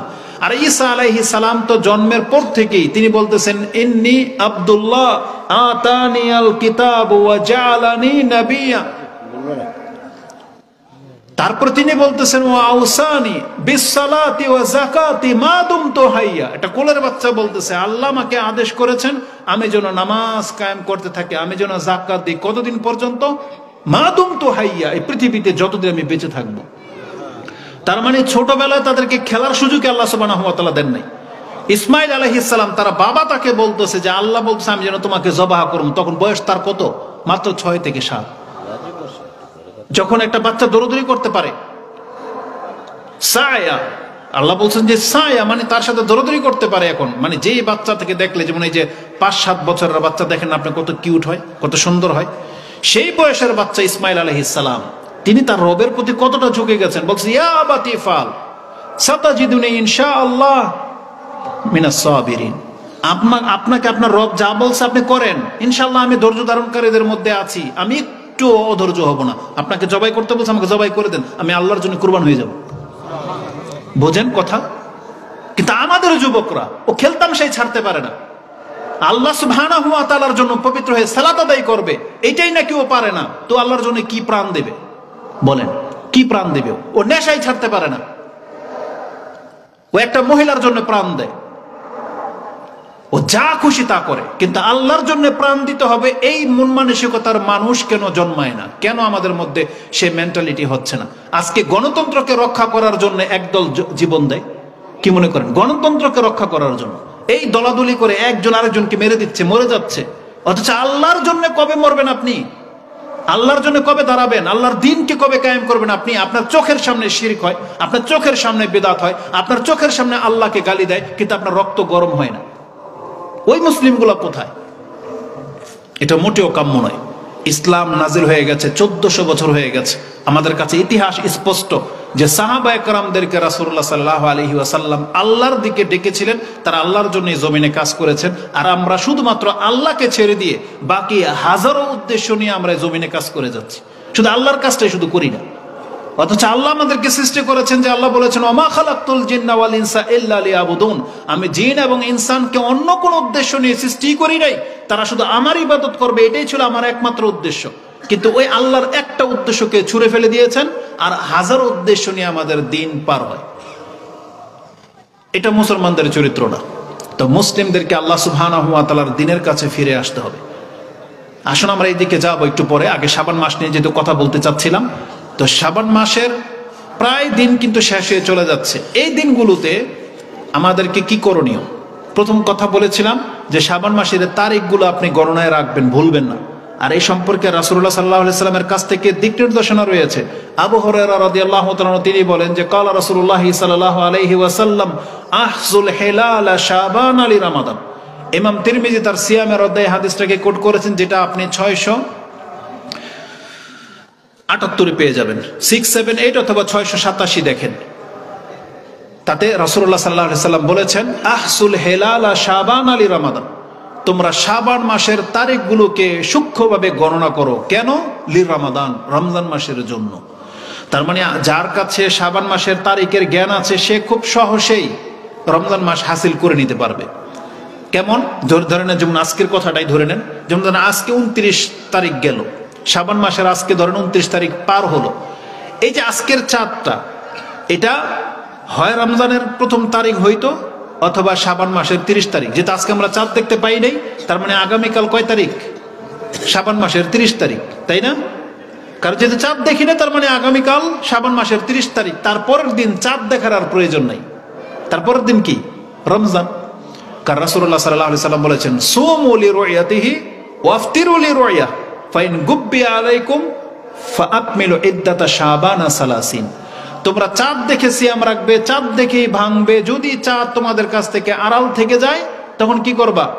ফাইদ্দাতু শাবানা 30, তোমরা শাবান মাসটাকে 30 দিন গুণে নিবা বাস। কারণ আরবি মাস 30-এর বেশি হয় না। তাহলে রমজানকে হাসিল করার জন্য দুইটা ওয়ে, মানে দুইটা পদ্ধতি আছে। এক, চাঁদ দেখা। দ্বিতীয়ত হচ্ছে চাঁদ দেখা যায় না, কোনো সমস্যা নাই, শাবান মাসটাকে 30 দিন পুরো করে দেন। তাহলে 30 দিন কেমনি পুরো করবেন যদি আপনার কাছে এটাই জানা না থাকে যে আজকে কয় তারিখ? কিন্তু আজকে থেকে আপনি গণবেন যে কয় তারিখে পৌঁছলাম। 28 তারিখ যেদিন শেষ হবে সেই রাত্রে আমরা চাঁদ দেখার চেষ্টা করব, সবাই চেষ্টা করব। এটা শুধু চাঁদ দেখার কমিটির কাজ না, এটা শুধু মসজিদের ইমামের কাজ না, সবাই পশ্চিম দিকে তাকায়া চেষ্টা করবেন চাঁদ দেখা যায় কিনা। কারণ এটা ইবাদত। কারণ আল্লাহ সুবহানাহু ওয়া তাআলা বলেছেন মুমিনদের গুণ হলো তারা আকাশ জমিন আল্লাহর সৃষ্টি দেখে। কি জন্য? এবং তারা বলে সুবহানাকা, যে আল্লাহ তুমি পবিত্র। মা খালাকতা হাযা বাতিলা সুবহানাক, আল্লাহ তুমি এই সৃষ্টি জগৎকে অযথা সৃষ্টি করো নাই, নিশ্চয়ই তুমি পবিত্র। আল্লাহ সুবহানাহু ওয়া তাআলা বলেছেন যে ওই ব্যক্তি উত্তম যে চাঁদ দেখে, তারা দেখে, কি জন্য? লিযিকরিল্লাহ, আল্লাহকে স্মরণ করার জন্য। উত্তম ব্যক্তি সে। কারণ শুধু আমরা সারা জীবন ঘড়ির টাইম দেখে নামাজের ওয়াক্ত নির্ণয় করি, কখনো যে একটা বাজছে, দেখবেন মহিলারা কি বলে, আজান যখন দেয় আজানের উপরে ভিত্তি করে তারা বোঝে যে কয়টা বাজে। বলছে 1টা বেজে গেল, বুঝে না? জুমার দিন যদি আজকে শুক্রবার, তার মানে আজকে জুমার দিন, এটাও বোঝে আজান শুই না, বুঝেন? কারণ সাধারণত জুমার দিন আজান হয় 12টায়, আর অন্যান্য দিন জুমার জোহর আজান কয়টায় হয়? 1টাই হয়। এটাই নিয়ম আমাদের সমাজগুলোতে। কারণ তারা তার সূর্য দেখে আজান দেয় না। তখন মৌলীরা আজান শুনে বলে 1টা বেজে গেল, দুপুরে এখনো খাওয়া দাওয়া হয় নাই, পাক শাক হয় নাই, তার মানে তারা আজান শুনে বোঝে যে 1টা বাজে। কিন্তু এটা না, বরং আল্লাহ সুবহানাহু ওয়া তাআলা মুমিন বান্দার কাজ হলো সে সূর্য দেখবে ওয়াক্তের জন্য, যে সূর্য কি মাথার উপর থেকে সরলো, তার মানে আমার জোহরের ওয়াক্ত হয়ে যাচ্ছে। সূর্য কি ডুবে যাচ্ছে, কারণ আমাকে ইফতারি করতে হবে। সূর্য ডুবে গেলে তারপর ইফতারি করবে। তারা ওই ঘড়ির কাঁটার দিকে তাকায় থাকে না। তা আল্লাহ সুবহানাহু ওয়া তাআলার সৃষ্টির মাঝে আল্লাহকে চিনার তারা চেষ্টা করে। এই জন্য আমাদেরকেও আল্লাহ সুবহানাহু ওয়া তাআলার এই সময়গুলোকে মূল্যায়ন করতে হবে। আজকে কি বার? এটা কেবল আল্লাহর মুমিন বান্দারাই খুঁজবে আজকে কি বার। আজকে তো সারাদিন আমাদের সবার পার হয়েছে, কিন্তু বৃহস্পতিবার কবে, সোমবার কবে, আইয়ামে বীজ 3 দিন কবে, এটা কারা খোঁজে? সবাই খোঁজে? সবাই খোঁজে না। এটা তারাই খোঁজে যাদের সাথে আমলের সম্পর্ক আছে। এই জন্য শাবান মাস কবে, কত তারিখ, এটা তারা খুঁজবে যাদের সাথে ইবাদতের সাথে সম্পর্ক আছে। কেননা রাসূলুল্লাহ সাল্লাল্লাহু আলাইহি ওয়াসাল্লাম অধিক মাত্রায় শাবান মাসে সিয়াম রাখতেন। উসামা বিন যায়েদ তিনি বলতেছেন, বলতো রাসূলুল্লাহ সাল্লাল্লাহু আলাইহি সাল্লাম, ইয়া রাসূলুল্লাহ মা আরাকা তাসুমু শাহরান মিনাশ শুহুরি লাম শুহুরি মা তাসুমু ফি শাবান, আপনাকে অন্য কোনো মাসে এত সিয়াম রাখতে দেখি না যত সিয়াম আপনি শাবান মাসে রাখেন। এত রোজা আপনি শাবান মাসে রাখেন কেন? তখন রাসূলুল্লাহ সাল্লাল্লাহু আলাইহি ওয়াসাল্লাম বলেছেন, যাকা শাহরুন যালিকা শাহরুন ইউগফালুন নাসু আনহু বাইনা রাজবি ওয়া রমাদান ওয়া হিয়া শাহরুন তুরফাউ আমালু ইলা রাব্বিল আলামিন ফাউহিব্বু আইয়ুরফা আমালি ওয়া আনা সাইম। রাসূল বলেছেন এটা এমন একটা মাস যে মাস থেকে অধিকাংশ মানুষ গাফেল থাকে, যেটা কোন মাস যাচ্ছে। এই মাসের কোনো একদিন আল্লাহর কাছে আমল পেশ করা হয়। এই জন্য আমি মুহাম্মদ পছন্দ করি যে কোন দিন আমার আমল তোলা হবে, আর ওই দিন আল্লাহ দেখবে যে আজকে মুহাম্মদ সিয়াম অবস্থায় আছে। যেখানে পৃথিবীবাসী গাফেল, সেখানে আমার বান্দা মুহাম্মদ সাল্লাল্লাহু আলাইহি সাল্লাম সিয়াম অবস্থায় আছেন। এটা ইমাম নাসাই কোট করেছেন, যেটা আপনি 2357 নম্বর হাদিসে পেয়ে যাবেন। তাহলে রাসূলুল্লাহ সাল্লাল্লাহু আলাইহি সাল্লামের সাথে এই শাবান মাসের সিয়ামের খুব গাঢ় সম্পর্ক রয়েছে। আয়েশা রাদিয়াল্লাহু তাআলা আনহা থেকে ইমাম মুসলিম হাদিস কোট করেছেন এবং ইবনে মাজাতে রয়েছে। আয়েশা রাদিয়াল্লাহু তাআলা তিনি বলেন, কানা রাসূলুল্লাহ সাল্লাল্লাহু আলাইহি ওয়াসাল্লাম ইয়াসুমু শাবানা কুল্লাহ কানা ইয়াসুমু শাবানা ইল্লা কালিলা। যে রাসূলুল্লাহ সাল্লাল্লাহু আলাইহি ওয়াসাল্লাম পুরো শাবান মাস ধরে সিয়াম পালন করতেন, কেবল কয়েকটা সিয়াম তিনি ছাড়তেন। তাহলে রাসূলুল্লাহ সাল্লাল্লাহু আলাইহি ওয়াসাল্লামের আমল থেকে যেটা জানা যায় যে তিনি অধিক মাত্রায় এই শাবান মাসে সিয়াম পালন করতেন। তাহলে আমাদের জন্য করণীয় হলো আজকের পর থেকে আমরা চেষ্টা করব যত বেশি পারি এই মাসগুলোতে নফল সিয়াম রাখার চেষ্টা করবেন। কেন? আপনি যদি অভ্যস্ত হয়ে যান, ইনশাআল্লাহ রমজান মাসের সিয়াম রাখতে আপনার কষ্ট হবে না। যা মাথা ব্যথা, মাথা ঘুরানো, অস্থিতিশীল, খারাপ লাগা সব শাবান মাসেই ছেড়ে দেন। শাবান মাসে যাতে সব দূর হয়ে যায়। রমজান মাসে যেন আর মাথা না ঘুরায়, রমজান মাসে যেন পিপাসা না লাগে, রমজান মাসে যেন আপনার ভুল না হয়। এবং আপনাকে আরেকটা কারণে শাবান মাসকে গুরুত্ব দিতে হবে। এই যে আমাদের এই মোবাইল, এটা আমাদের অধিকাংশ মানুষকে পাপী করে। এই মোবাইল, এই মোবাইলে যত কিছু আমরা দেখি বা যতক্ষণ আমরা ব্যবহার করি মোবাইল, আপনি এখন থেকে কন্ট্রোল নিয়ে আসেন। তাতে কি হবে? আপনার একটা সিয়ামও নষ্ট হবে না। কারণ ধরে নেন আপনি যদি রমজান মাসে প্র্যাকটিস করেন যে আমি রমজান মাসে ভালো হয়ে যাব, তাহলে রমজানের প্রথম সিয়ামটা আপনার নষ্ট হবে মোবাইলের কারণে। রমজান মাসের প্রথম সিয়ামটাই নষ্ট হবে আপনার এই যে অসুস্থতার কারণে। কারণ আপনার অভ্যস্ত তো না, হঠাৎ করে সিয়াম রেখেছেন, হঠাৎ করে আপনি মোবাইল থেকে বাঁচতে পারবেন না।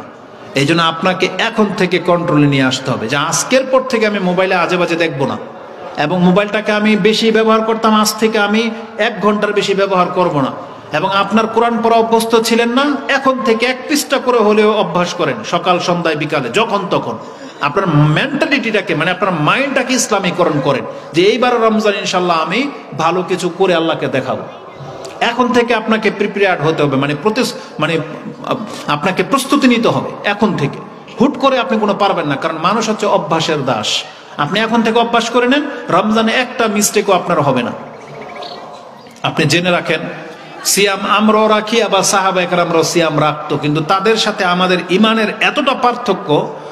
আবু হুরায়রা রাদিয়াল্লাহু তাআলা আনহু সম্পর্কে বলা হয়েছে, কানা আবু হুরায়রা ওয়া আসহাবুহু, তিনি এবং তার সঙ্গীরা যদি কোনোদিন ইযা কানা ইয়াউমুন সাইমান, তারা যদি কোনোদিন সিয়াম রাখতেন, জালাসা ফিল মসজিদ, তারা মসজিদে গিয়ে অবস্থান নিতেন, সারাদিন মসজিদেই থাকতেন, এবং তারা বলতেন নুতাহহিরু সিয়ামানা, আমরা আমাদের সিয়ামকে পবিত্র রাখার জন্য মসজিদে অবস্থান করতেছি। নফল সিয়াম, সিয়ামও আবার পবিত্র রাখার বিষয় থাকে। তারা বলতেছেন আমরা আমাদের সিয়ামকে, রোজাটাকে পবিত্র রাখার জন্য মসজিদে অবস্থান করতেছি, কারণ আমরা যদি রাস্তাঘাটে বাজার ঘাটে বেশি ঘোরাফেরা করি তাহলে আমাদের সিয়াম হালকা হয়ে যাবে, এমনটা তাদের ধারণা। অথচ সেই যুগে এরকম প্রকাশ্য গান বাজনা ছিল না, প্রকাশ্যে সিগারেট খাওয়া হতো না, প্রকাশ্যে কোনো বেপরদা মহিলা ছিল না, প্রকাশ্যে আমাদের মতো চায়ের হোস্টেলে টিভি চলতো না, তারা প্রকাশ্যে গীবত করতেন না একে অপরের সাথে, যে বসলেই গীবত করতেন না। তাহলে এমন একটা সময়ও যদি রাস্তাঘাটে চলাফেরাটাকে তারা অভদ্রমানি মনে করতেন, তাহলে বর্তমান যুগে যেখানে নেটের যুগ, টিভি চলতেছে, গান বাজতেছে, গীবত করা হচ্ছে, সিগারেট খাওয়া হচ্ছে, বেপরদা মহিলা যখন তখন চোখের সামনে আসতেছে, সেই জায়গাতে আপনি রাস্তাঘাটে বাজারে ঘুরে বেড়াবেন, আপনার সিয়াম কিভাবে হেফাজত হবে? কিভাবে? আপনার চোখ ঠিকই মহিলার দিকে যায় আর আপনার জবান সিয়াম আছে, আপনার কান ঠিকই গান শুনতেছে, শুধু আপনার জবান সিয়াম। অনেক সময় জবানও সিয়াম না, আপনি শুধু খাদ্য আর পানি ছেড়ে দিয়েছেন, কিন্তু মিথ্যা ঠিকই বলতেছেন, গীবত ঠিকই করতেছেন। তাহলে এই সিয়াম মানে কি? আল্লাহ সুবহানাহু ওয়া তাআলা আমাদেরকে জানিয়ে দিয়েছেন লাইসা সিয়ামু মিনাল আকলি ওয়া শুরবি ফাকাত ইন্নামা সিয়ামু মিনাল লাগউই ওয়ার রাফাস। সিয়াম তো শুধু খাদ্য আর পানি থেকে বেঁচে থাকার নাম না, বরং আপনি নোংরামি, ঠাট্টা ফাজলামো এগুলো থেকে বেঁচে থাকার নাম হচ্ছে সিয়াম। এবং রাসূলুল্লাহ সাল্লাল্লাহু আলাইহি সাল্লাম বলেছেন, মান লাম ইয়াদা কাউলা যুর ওয়া আমালা বিহি ফালা লিল্লাহি হাজাতুন আইয়াদা তা'আমাহু ওয়া শারাবা আও কামা ক্বালা রাসূলুল্লাহ সাল্লাল্লাহু আলাইহি সাল্লাম। রাসূল বলেছেন, যেই ব্যক্তি সিয়াম রেখে সে মিথ্যা কথা ছাড়তে পারলো না, নোংরামি ছাড়তে পারলো না, তার খাদ্য পানি ছেড়ে দেওয়াটা আল্লাহর কাছে কোনো প্রয়োজন নেই।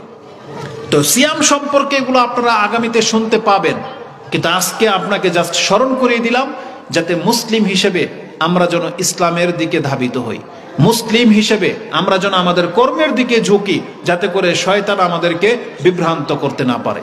তা শাবান মাস হিসাবে এটা ছিল আমাদের সংক্ষিপ্ত কথা। তার মধ্যে আরেকটা কথা থেকে যায় যে আমাদের সমাজে 15ই শাবান, নিসফে শাবান, সে রাতকে কেন্দ্র করে শবে বরাত পালন করা হয়। যদিও জানি এই ব্যাপারে বড় দ্বিমত রয়েছে, এক শ্রেণীর মানুষ এটাকে খুব কঠিনভাবে পালন করে, আবার অনেকে বুঝে গেছেন যে আসলে এটা এমন কোনো বিষয় না, কারণ এটা সহি সূত্রে আসে নাই। আমাদের দেশের যে শাবান মাসের শবে বরাত পালন করা হয়, এটাকে ছেড়ে দেওয়াটাই কাম্য, কারণ এটা অতটা স্ট্রং ইবাদত না, বরং এখানে একটা মিস্টেক হয়েছে বোঝার ক্ষেত্রে। ইমাম কুরতুবী রাহিমাহুল্লাহ তিনি তার সূরা দুখান যে আয়াতে আল্লাহ বলেছেন, ইন্না আনজালনাহু ফি লাইলাতি মুবারাকা ইন্না কুন্না মুনজিরিন, যে আমি এই কোরআনকে নাজিল করেছি এক বরকতময় রাতে। ইমাম কুরতুবী রাহিমাহুল্লাহ তিনি তার তাফসীরের মধ্যে উল্লেখ করেছেন যে এই আয়াতের উদ্দেশ্য হচ্ছে রমজান মাস, কারণ রমজান মাসে কোরআন নাজিল হয়েছে, শাবান মাসে কোরআন নাজিল হয় নাই। ওই রাতকে, যেই রাতে কোরআন নাজিল হয়েছে, সেই রাত্রের 4টা নাম কোরআন হাদিস থেকে তিনি ইস্তেমবাদ করে 4টা নাম বলেছেন। যেমন একজন ব্যক্তির একাধিক নাম হয় না, একটা হচ্ছে নিকনেম, একটা হচ্ছে মূল নাম, আর একটা হচ্ছে কুনিয়াত, যেটাকে বোঝায় বিভিন্ন হয়। অনেকে শখ করে 2-3টা নাম রাখে। যেমন কোরআনের কয়টা নাম? কোরআনের অসংখ্য নাম, যেমন 10টা অন্তত আপনি জানবেনই। একটা হচ্ছে কোরআনুল করিম, কোরআনুল মাজিদ, একটা হচ্ছে ফুরকান, একটা হচ্ছে মিজান, একটা হচ্ছে নূর, একটা হচ্ছে হুদা। তারপর আল্লাহ বলেছেন যে কোরআন হলো শিফা। এইভাবে কোরআনের একাধিক নাম আছে। সূরা ফাতিহারে 14টা নাম, সূরা শিফা, সূরা আল হামদ, তারপরে হচ্ছে সূরা আল ফাতিহা, সূরা আর রুকাইয়া, এইভাবে 14টা নাম শুধু সূরা ফাতিহারই। তাহলে ঠিক লাইলাতুল কদর এই রাত্রেরও 4টা নাম তিনি বলেছেন, লাইলাতুল কদর, লাইলাতুল মুবারাকা, লাইলাতুল সাক, আর একটা হচ্ছে লাইলাতুল বারাআত। এই লাইলাতুল বারাআত শব্দটা কেউ কেউ এই তাফসীরকারদের কাছ থেকে গ্রহণ করে সেটাকে শবে বরাতের মধ্যে লাগিয়ে দিয়েছে, অথচ কিন্তু একটাই নাম লাইলাতুল বারাআত, লাইলাতুল কদর, লাইলাতুল মুবারাকা। এই 3টা নাম কোরআনে আছে, আর মানে 2টা নাম কোরআনে আছে। আর লাইলাতুল বারাআত যেটা, এটা তাফসীরকারগণ উল্লেখ করেছেন। একটা হচ্ছে লাইলাতুল সাক, সাক মানে হচ্ছে যে চেক পাস বা বাজেট পাস করার রাত। আর যেটা সূরা দুখানের আয়াতের তাফসীরে স্পষ্ট যে আল্লাহ সেটা কোরআন নাজিল হওয়ার রাতকে উদ্দেশ্য করে বলেছেন, আর সেটা শাবান মাসে না, বরং সেটা হচ্ছে রমজান মাসে। কারণ আমরা সবাই জানি কোরআন নাজিল হয়েছে রমজান মাসে।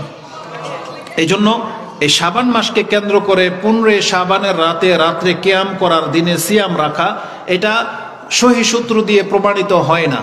ইবনে মাজাতে যদিও একটা হাদিস এনেছেন ইমাম ইবনে মাজা আলী রাদিয়াল্লাহু তাআলা আনহুর বরাত দিয়ে, যে রাসূলুল্লাহ সাল্লাল্লাহু আলাইহি ওয়াসাল্লাম বলেছেন, ইযা কানা লাইলাতুন নিসফি মিন শাবান কুমু লাইলাহা ওয়া সুমু নাহারাহা ফা ইন্নাল্লাহা তাবারাকা ওয়া তাআলা ইয়ানজিলু ইলা গুরুবি শামসি ইলা সামাইদ দুনিয়া, যে আল্লাহ সুবহানাহু ওয়া তাআলা নিসফে শাবানের দিন 15 শাবানের রাতে আল্লাহ পৃথিবীর নিকটবর্তী আকাশের নিকটবর্তী আসেন এবং বলেন, হাল মিন মুস্তাগফিরিন ইয়াগফিরু লাহু, হাল মিন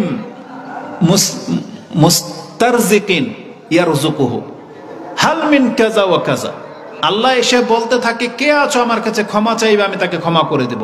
কে আছো আমার কাছে রিজিক চাইবে, আমি তাকে রিজিক বাড়িয়ে দিব। কে আছো আমার কাছে, হাল মিন মুবতালিন আইয়ুআফিয়াক, কে আছো বিপদগ্রস্ত, আমি তাকে সুস্থ করে দেব। এভাবে আল্লাহ ডাকেন। এটা শুধুমাত্র এই শাবান মাসের এই রাত্রে না, এটা তো মুসলিম শরীফে আছে যে আল্লাহ প্রত্যেক রাতের শেষ অংশে এসে আল্লাহ ডাকেন। তারপরে এই হাদিসটা ইমাম নাসিরউদ্দিন আলবানী বলেছেন অত্যন্ত দুর্বল, এবং একটা বর্ণনা আসছে বলেছে জাল হাদিস। এটা তো জাল হাদিসের উপরে বা অত্যন্ত দুর্বল হাদিসের উপরে ভিত্তি করে আমল সাব্যস্ত হয় না। এই জন্য এই রাত্রের যে আমল বলা হয়েছে যে কুমু লাইলাহা ওয়া সুমু নাহারাহা, এই একটা হাদিস যেটা ইবনু মাজাতে এসেছে, হাদিসের নাম্বার 1388, এই হাদিসটা মূলত সহিনা। সহিনা বিদায় আমরা এটাকে আপনাকে বলি না যেটা আপনি আমল করেন। তবে এই রাত্রের একটা মর্যাদার ব্যাপার আছে, এটা সাহিহ ইবনে হিব্বান তিনি কোট করেছেন এবং মুসনাদে আহমদে রয়েছে। তো নাসিরউদ্দিন আলবানী তিনি সাহিহ ইবনে হিব্বানের এবং ইবনে মাজার 1390 নম্বর হাদিসে এটা এসেছে আবু মুসা আশারি থেকে, আর সাহিহ ইবনে হিব্বানে এসেছে মুয়াজ বিন জাবাল রাদিয়াল্লাহু তাআলা আনহু থেকে। বিভিন্ন সূত্রে আসার কারণে নাসিরউদ্দিন আলবানী এটাকে হাসান বলতে বলেছেন, যেটা গ্রহণযোগ্য। সেটা কি, যে ইজা কানা লাইলাতুন নিসফি মিন শাবান ইয়াত্তালিউল্লাহ ইলা জামিই খালকিহি, যখন শাবান মাসের 15 তারিখে রাত আসে তখন আল্লাহ পুরো পৃথিবীবাসীর দিকে তাকান। ফায়াগফিরু জামিই খালকিহি, তিনি তার সমস্ত সৃষ্টিকে মাফ করে দেন। ইল্লা মুশরিকিন আও মুশাহিনিন, কেবলমাত্র আল্লাহ শিরিক করে ওই ব্যক্তিকে ক্ষমা করেন না, এবং যে তার ভাইয়ের সাথে শত্রুতা রাখে তাকেও ক্ষমা করেন না। তাহলে এই হাদিসটা ইবনে মাজাতেও এসেছে, এটাও দুর্বল সনদে, কিন্তু বিভিন্ন সনদে আসার কারণে নাসিরউদ্দিন আলবানী এটাকে হাসান বলেছেন। সাহিহ ইবনে হিব্বানের হাদিসের মধ্যেও রয়েছে। এটা যদি আপনি গ্রহণ করেন তাহলে তা আমলের কথা নাই, কি আছে, মর্যাদার কথা আছে। মানে এমন কোন মুসলিম যদি থেকে থাকেন যে আল্লাহর সাথে শিরিক করেন না এবং আপনার সাথে কারো কোনো দ্বন্দ্ব নাই, শত্রুতা নাই, তাহলে শাবান মাসের এই 15 তারিখে আসলেই আল্লাহ আপনাকে ক্ষমা করে দিবেন। তো এই হাদিস থেকে যেটা আমরা কর্ম পাই, সেই কর্মটা হলো সেই রাত্রে জেগে নামাজ পড়া না, সেই রাত্র আসার আগেই আপনাকে শিরিক থেকে তওবা করতে হবে, আপনাকে শত্রুতা দূর করতে হবে, মানে আপনার ভাইয়ের সাথে আপনাকে ক্ষমা চেয়ে নিতে হবে, তার সাথে বিদ্বেষটাকে মিটাইতে হবে। যদি আপনি আপনার ভাইকে ক্ষমা করে দেন তাহলে আল্লাহ আপনাকে ক্ষমা করে দেবেন। এটা হচ্ছে এই রাত্রের আমল। এটা ছিল এই শাবান মাস সংক্রান্ত। এর বাইরে আমরা আর কিছু পাচ্ছি না। তো শাবান মাস যারা আছেন আমাদের উচিত হবে যে কয়টা সিয়াম পারেন আপনি রাখতে থাকেন, চেষ্টা করেন, তাহলে আপনি অভ্যাস আপনার গড়ে যাবে। এরপর আমাদেরকে যে কাজটা করতে হবে, আমাদের পাপের জন্য আল্লাহর কাছে ক্ষমা চাইতে হবে প্রতিনিয়ত, যেটা হবে আজকের মূল বিষয়। কোরআনে আল্লাহ সুবহানাহু ওয়া তাআলা আমাদেরকে বহুবার বলেছেন বরং ইস্তিগফার করা, আস্তাগফিরুল্লাহ বলা, রাব্বি গফিরলি ওয়ারহামনি, এইভাবে আল্লাহর কাছে ক্ষমা চাওয়া, এটার যে কি মর্যাদা আর এটা যে কত বড় একটা আমল, সেই সম্পর্কে আমি আপনাকে দুই একটা কথা বলি। প্রথমত, আপনি পাপ করেন আর না করেন, আপনি নিজেকে ফেরেশতা মনে করেন, করতে পারেন, আপনি মনে করবেন যে আমি এত পাপ তো করি না, কিন্তু আমি এমন একজন ব্যক্তির উদাহরণ দেব, আপনি জেনে নেন তারপরে আর কোনো উদাহরণ থাকে না। তিনি হচ্ছেন মুহাম্মদুর রাসূলুল্লাহ সাল্লাল্লাহু আলাইহি ওয়াসাল্লাম, যার আগের এবং পরের সমস্ত ত্রুটি আল্লাহ ঘোষণা করে ক্ষমা করে দিয়েছেন যে আপনার কোনো ত্রুটি নেই, আপনি হচ্ছেন মাসুম, নিষ্পাপ। সেই রাসূলকে আল্লাহ সুবহানাহু ওয়া তাআলা বলেছেন ওয়াস্তাগফিরিল্লাহ, আপনি আল্লাহর কাছে ইস্তিগফার করুন। তাহলে আপনাকে বুঝতে হবে যার কোনো পাপ নাই আল্লাহ তাকে বলতেছেন তুমি ইস্তিগফার করো। তার মানে বোঝা যাচ্ছে যে শুধু পাপের কারণেই ইস্তিগফার করা হয় না, বরং ইস্তিগফার আলাদা একটা ইবাদত যেটা আপনাকে অনেক বেশি সম্মান মর্যাদা এনে দেবে। কি এনে দেবে আমি সরাসরি সেদিকে আপনাকে নিয়ে যাই। প্রথমত কোরআনে আল্লাহ সুবহানাহু ওয়া তাআলা আমাদের নবী মুহাম্মদ সাল্লাল্লাহু আলাইহি ওয়াসাল্লামকে আল্লাহ বলতেছেন ওয়াস্তাগফিরিল্লাহ ইন্নাল্লাহা কানা গফুরার রাহিমা, যেটা আপনি সূরা নিসা 4 নম্বর সূরার 106 নম্বর আয়াতে পেয়ে যাবেন। এবং আল্লাহ সুবহানাহু ওয়া তাআলা সূরা মুমিনুন 23 নম্বর সূরার সর্বশেষ আয়াতে আল্লাহ বলেছেন যে তোমরা আল্লাহর কাছে এইভাবে ক্ষমা চাও, তোমরা বলো আকুর রব্বি গফিরলি বা রব্বি গফির ওয়ারহাম ওয়া আনতা খায়রুর রাহিমিন, হে আল্লাহ তুমি আমাকে ক্ষমা করো, আমার উপরে রহম করো, তুমি উত্তম দয়াবান। ওয়া আনতা খায়রুর রাহিমিন, তুমি দয়াবানদের মধ্যে উত্তম দয়াবান। এইভাবে তুমি আল্লাহর কাছে ক্ষমা চাও, এটা আমাদের নবীকে বলা হয়েছে।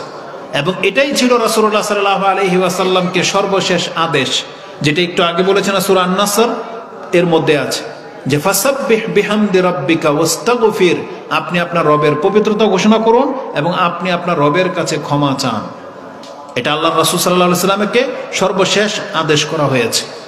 এই আয়াতগুলোকে রাসূলুল্লাহ সাল্লাল্লাহু আলাইহি ওয়াসাল্লাম কিভাবে বাস্তবায়ন করতেন?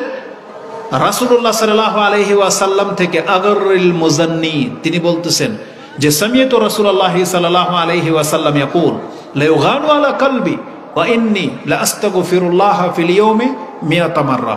রাসূল বলেছেন, আমার অন্তর যদি আল্লাহর স্মরণের ক্ষেত্রে কোনো কারণে সামান্যতম গাফিলতি অনুভব হয়েছে, আমি এটাকে অপরাধ মনে করে আল্লাহর কাছে প্রতিদিন 100 বার করে ক্ষমা চেয়েছি। সামান্য একটু অপরাধ বোধের কারণে 100 বার করে ক্ষমা চাওয়া হচ্ছে। এটা হচ্ছেন আমাদের নবী মুহাম্মদুর রাসূলুল্লাহ সাল্লাল্লাহু আলাইহি ওয়াসাল্লাম। ইমাম বুখারী হাদিস কোট করেছেন, তিনি বলেছেন, ইয়া আইয়ুহান নাস তুবু ইলাল্লাহি ওয়া ইস্তাগফিরু, বা তুবু ইলাল্লাহ, তোমরা আল্লাহর কাছে তওবা করো। ফাইন্নী আস্তাগফিরুল্লাহ ওয়া তুবু ইলাইহি ফিল ইয়াউমি আকসারা মিন 70 মাররা। আমি আল্লাহর কাছে তওবা করি, ক্ষমা চাই প্রতিদিন কতবার? 70 বারের চেয়েও বেশি। এটা ইমাম বুখারী কোট করেছেন। তো তার মানে রাসূলুল্লাহ সাল্লাল্লাহু আলাইহি ওয়াসাল্লাম তিনি অধিক মাত্রায় ইস্তিগফার করতেন।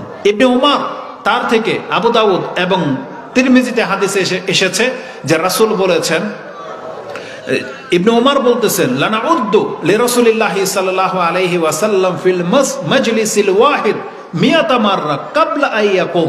রাসূলুল্লাহ সাল্লাল্লাহু আলাইহি ওয়াসাল্লাম এরকমের ধরেন, এটা একটা মজলিস চলতেছে, রাসূলুল্লাহ সাল্লাল্লাহু আলাইহি ওয়াসাল্লাম এরকমের কোন মজলিসে বসলে আমরা গুনতে পারতাম যে রাসূল ইস্তিগফার করতেছেন। এবং ইবনে উমর বলতেছেন, আমি গুনতে গুনতে দেখেছি রাসূল এক মজলিসেই, সারাদিন না, এক মজলিসেই তিনি 100 বার করে আল্লাহর কাছে ইস্তিগফার করতেছেন এবং বলতেছেন, আল্লাহুম্মা গফিরলি ওয়া তুব আলাইয়া ইন্নাকা আনতাত তাওয়াবুর রহিম।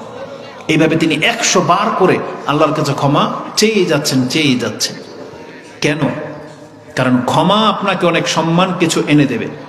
এটাও আপনাকে বলে দেই, রাসূলুল্লাহ সাল্লাল্লাহু আলাইহি ওয়াসাল্লামের প্রাণ যখন বেরিয়ে যায়, তিনি যেদিন ইন্তেকাল করেন, তার জীবনের সর্বশেষ নিঃশ্বাস যখন ত্যাগ করেন, তখন তিনি আল্লাহর কাছে যেটা বলেছিলেন এটাই ছিল, তিনি বলেছিলেন, রব্বি গফিরলি ওয়ারহামনি আল্লাহুম্মা আলহিকনি বিরফিকিল আলা। আল্লাহ তুমি আমাকে ক্ষমা করো, আমার উপর রহম করো, আল্লাহ তুমি আমাকে সুউচ্চ বন্ধুর সাথে মিলিয়ে দাও। এটা বলেই তার হাত পড়ে গিয়েছিল। তার মানে রাসূল সাল্লাল্লাহু আলাইহি ওয়াসাল্লাম আকাশের দিকে আঙ্গুল তুলে এটা বলেছিলেন যে আল্লাহুম্মা গফিরলি ওয়ারহামনি আল্লাহুম্মা আলহিকনি বিরফিকিল আলা। এটা বলেই তার প্রাণ বেরিয়ে যায়। এটা ছিল রাসূলুল্লাহ সাল্লাল্লাহু আলাইহি ওয়াসাল্লামের জীবনের শেষ দোয়া, শেষ বাক্য, যে তিনি বলছেন আল্লাহুম্মা গফিরলি ওয়ারহামনি, অথচ যার কোনো পাপ নাই। কেন? কারণ ইস্তিগফার আপনাকে বহু দিক থেকে উপকার করবে। প্রথম উপকার, কারণ আমরা সবাই পাপী, এজন্য আমাদের এটা বেশি দরকার। আমাদের রাসূল সাল্লাল্লাহু আলাইহি ওয়াসাল্লাম এটা করে গেছেন যাতে করে তার কাছ থেকে আমরা শিখি যে আমাদের নবী এটাকে কতটা গুরুত্ব দিয়েছেন। যার পাপ নাই তিনিও বসতে বসতে 100 বার করে ইস্তিগফার করতেন, আর আমরা একবারও করব? এটা হয় না। কারণ আমাদের তো অনেক পাপ, আমাদের তো 1000 বার বললেও কম হবে। 1000 বার যদি আমরা বলি আল্লাহর কাছে আল্লাহুম্মা গফিরলি, তাও কম হবে। আস্তাগফিরুল্লাহ আপনি বলতে বলতে তো আপনার একবারে বেহুশ হয়ে যাওয়ার কথা ছিল আমাদের, কারণ আমাদের পাপ বেশি। রাসূলুল্লাহ সাল্লাল্লাহু আলাইহি ওয়াসাল্লামকে জানানো হয়েছে, যেই ব্যক্তি আল্লাহর কাছে ক্ষমা চাইবে তার প্রথম প্রাপ্য যেটা, প্রথম প্রাপ্যই হলো আপনার যত পাপ আছে আল্লাহ ক্ষমা করে দিবেন। এমনকি আরো আশ্চর্যের ব্যাপার হলো, যখন আপনি ইস্তিগফার করবেন, বলবেন আস্তাগফিরুল্লাহ রাব্বি গফিরলি, আল্লাহ আমাদেরকে জানিয়েছেন যেই ব্যক্তি যখন ক্ষমা চাইবে তাকে তখনই ক্ষমা করে দেওয়া হবে। ওটা কিয়ামত পর্যন্ত অপেক্ষা করা হবে না। আপনার জবান থেকে শুধু ক্ষমা চাইতে দেরি, আল্লাহ আপনাকে ক্ষমা করতে দেরি হবে না। এবং কোরআনে আল্লাহ সুবহানাহু ওয়া তাআলার এটা উদাহরণ এনেছেন, যেটা আপনি সূরা কাসাস 28 নম্বর সূরার 16 নম্বর আয়াতে পেয়ে যাবেন। আল্লাহর এক বান্দা বলেছিল, রাব্বি ইন্নী যালামতু নাফসি ফাগফিরলি। আল্লাহ বলছেন, যখন সে বলেছে যে আমি আমার নাফসের উপর জুলুম করেছি, আল্লাহ আমাকে ক্ষমা করে দেন, আল্লাহ বলছেন ফাগাফারা লা, আমি সাথে সাথে তাকে ক্ষমা করে দিয়েছি। এই জন্য আমাদেরকে ক্ষমা চাইতে হবে। ক্ষমা চাইলে আল্লাহ আমাদেরকে ক্ষমা করবেন। হাদিসে কুদসি, যেটা ইমাম মুসলিম রাহিমাহুল্লাহ কোট করেছেন কিতাবুল বিররি ওয়াস সিলা 46 নম্বর অধ্যায়ের 15 নম্বর পর্বে রয়েছে যে তাহরিমুল জুলম, জুলুম করা হারাম। সেই পর্বে একটা হাদিস এনেছেন যেটা আপনি 6466 তে পেয়ে যাবেন। তাতে আল্লাহ সুবহানাহু ওয়া তাআলা আমাদেরকে ডেকে বলতেছেন, ইয়া ইবাদি ইন্নাকুম তুখতিউনা বিল-লাইলি ওয়ান-নাহার ওয়া আনা আগফিরুয যুনুবা জামিয়া। আমরা তো দেখতে পাচ্ছি যে তোমরা প্রতিনিয়ত কত পাপ তোমরা লিপ্ত, কত পাপে তোমরা লিপ্ত, আর আমি আল্লাহ সমস্ত পাপগুলোকে ক্ষমা করে দিয়ে থাকি। অতএব তোমাদের মধ্যে যেই ব্যক্তি ক্ষমা চাও, ফাস্তাগফিরুনি আগফির লাকুম, তোমরা আমার কাছে ক্ষমা চাও, আমি আল্লাহ তোমাদেরকে ক্ষমা করে দেব। তাহলে আল্লাহ আমাদেরকে ডেকেছেন যে আসো ক্ষমা চাও, আমি ক্ষমা করে দেব। তাহলে আমাদের প্রথম প্রাপ্য হলো, যদি আমরা আল্লাহর কাছে ক্ষমা চাই তাহলে আল্লাহ আমাদেরকে ক্ষমা করে দিবেন, এটা হচ্ছে প্রথম প্রাপ্য। দ্বিতীয় প্রাপ্য হচ্ছে আপনি জাহান্নাম থেকে মুক্তি লাভ করবেন ইস্তিগফারের মাধ্যমে। জাহান্নাম খুব কঠিন জায়গা, এখান থেকে বাঁচতে হলে আপনাকে অনেক বেশি মেহনত করতে হবে, কিন্তু আল্লাহ সুবহানাহু ওয়া তাআলা সহজ একটা উপায় রেখেছেন, সহজ উপায়। সেটা হচ্ছে আমাদের মা বোনদেরকে উদ্দেশ্য করে, মহিলাদেরকে উদ্দেশ্য করে রাসূল বলেছিলেন, ইয়া মাশারান নিসা, হে মহিলা সমাজ, তাসাদ্দাকনা ওয়া আকসিরনাল ইস্তিগফার ফাইন্নী রাআইতুকুন্না আকসারা মিন আহলিন নার। হে মহিলা সমাজ, তোমরা অধিক মাত্রায় ইস্তিগফার করো এবং দান সাদকা করো। কেন? আমি তোমাদেরকে অধিক মাত্রায় জাহান্নামে দেখেছি। এটা ইমাম মুসলিম তার ইমানের অধ্যায় এনেছেন এই হাদিস, যে রাসূলুল্লাহ সাল্লাল্লাহু আলাইহি ওয়াসাল্লাম বলেছেন যে অধিকাংশ নারীদেরকে জাহান্নামে দেখা গিয়েছে।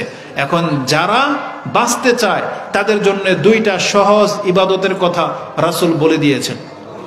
কারণ মহিলারা আমাদের মতো জিহাদ করতে পারবে না, মহিলাদেরকে আমাদের মতো ওই যে মসজিদে জামাতে নামাজ পড়ার বিধান রাখা হয়নি, যে ফরজ করা হয়নি। মহিলাদের জন্য আমাদের মতো ইনকাম করার মেহনত দেওয়া হয়নি। তার মানে একজন ব্যক্তি আল্লাহকে সন্তুষ্ট করার জন্য পুরুষদের অনেক দায়িত্ব, কিন্তু সেই তুলনায় মহিলাদেরকে অতটা শক্তি দেওয়া হয় নাই। এই জন্য আল্লাহ তাদের জন্য ইবাদত দিয়েছে কম। সেটা কি বলা হয়েছে? যে তোমরা দান সাদকা করো, আর দান সাদকা করার ক্ষেত্রে বেশি দান সাদকা করো এটা বলা হয়নি, যে তুমি যতটুকু পারো দান সাদকা করতে থাকো নিয়মিত। আর ইস্তিগফারের ক্ষেত্রে ওয়া আকসিরনাল ইস্তিগফার, তুমি অধিক মাত্রায় আল্লাহর কাছে ক্ষমা চাও। এতে কি হবে? অধিক মাত্রায় যদি তুমি আল্লাহর কাছে ক্ষমা চাও তাহলে আল্লাহ সুবহানাহু ওয়া তাআলা তোমাকে জাহান্নাম থেকে মুক্ত করে দেবে। তো এটা অত্যন্ত গুরুত্বপূর্ণ যে জাহান্নাম থেকে বাঁচার একটা শর্টকাট রাস্তা হলো দান সাদকা করা, আর অধিক মাত্রায় আল্লাহ সুবহানাহু ওয়া তাআলার কাছে ক্ষমা চাওয়া। এটা হচ্ছে আল্লাহ সুবহানাহু ওয়া তাআলার কাছে মুক্তির একটা অনেক বড় পথ। এই জন্য আমাদেরকে অধিক মাত্রায় ইস্তিগফার করতে হবে, ক্ষমা চাইতে হবে। যদি দুনিয়ার আযাব থেকে আপনি বাঁচতে চান, আজকে আমরা বহু ফিতনায় পড়ে যাচ্ছি।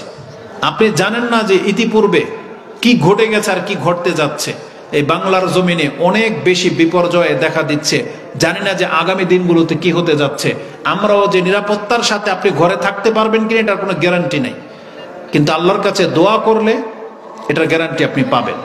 আমরা পাপের মাঝেও যদি আল্লাহর কাছে এখন ক্ষমা চাই, তাহলে আল্লাহর এটা ওয়াদা যে আল্লাহ আমাদেরকে হালাক করে দিবেন না। কোরআনে আল্লাহ সুবহানাহু ওয়া তাআলা সূরা আনফাল 8 নম্বর সূরার 33 নম্বর আয়াতে আল্লাহ বলেছেন, মা কানা আল্লাহু লিয়ুআযযিবাহুম ওয়া আনতা ফীহিম ওয়া মা কানা আল্লাহু মুআযযিবাহুম ওয়া হুম ইস্তাগফিরুন। আল্লাহ সুবহানাহু ওয়া তাআলা তিনি তার নিজের সম্পর্কে আমাদেরকে জানাচ্ছেন, হে পৃথিবীবাসী তোমরা শুনে রাখো, পাপের কারণে মানুষ হালাক হয়, ধ্বংস হয়, কিন্তু যেই জাতি আল্লাহর কাছে ইস্তিগফার করে ক্ষমা চায়, আল্লাহ বলেছেন সেই জাতিকে আমি হালাক করব না। তার মানে আমাদের বাংলার জমিনে আমাদের দ্বারা অনেক বেশি পাপ হচ্ছে, কিন্তু আমরা যদি এখন প্রতিনিয়ত আল্লাহর কাছে ক্ষমাও চাই তাহলে আমরা আরো বেশি দিন টিকে থাকতে পারবো। আপনি আরো দিন পৃথিবীতে বেঁচে থাকতে পারবেন। কিন্তু আমরা যদি পাপের মাত্রা বাড়িয়ে দিই আর ক্ষমার যদি আমরা একেবারেই ধার না ধারি, তাহলে কিন্তু আমাদেরকে হালাক করে দেয়া হবে। আপনাদের এই পরিবেশ কিন্তু কথা বলার মতো উপযুক্ত পরিবেশ না। মানুষের চরিত্রটাই জানি কেমন কেমন যেন চরিত্র আপনাদের। আপনাদের ভলান্টিয়ার কই? এই কমিটির দায়িত্বশীলরা কই? এই যে পোলাপান গুলো এরা কারা? প্যান্ডেলের বাইরে যে কথা বলতেছে কারা এরা?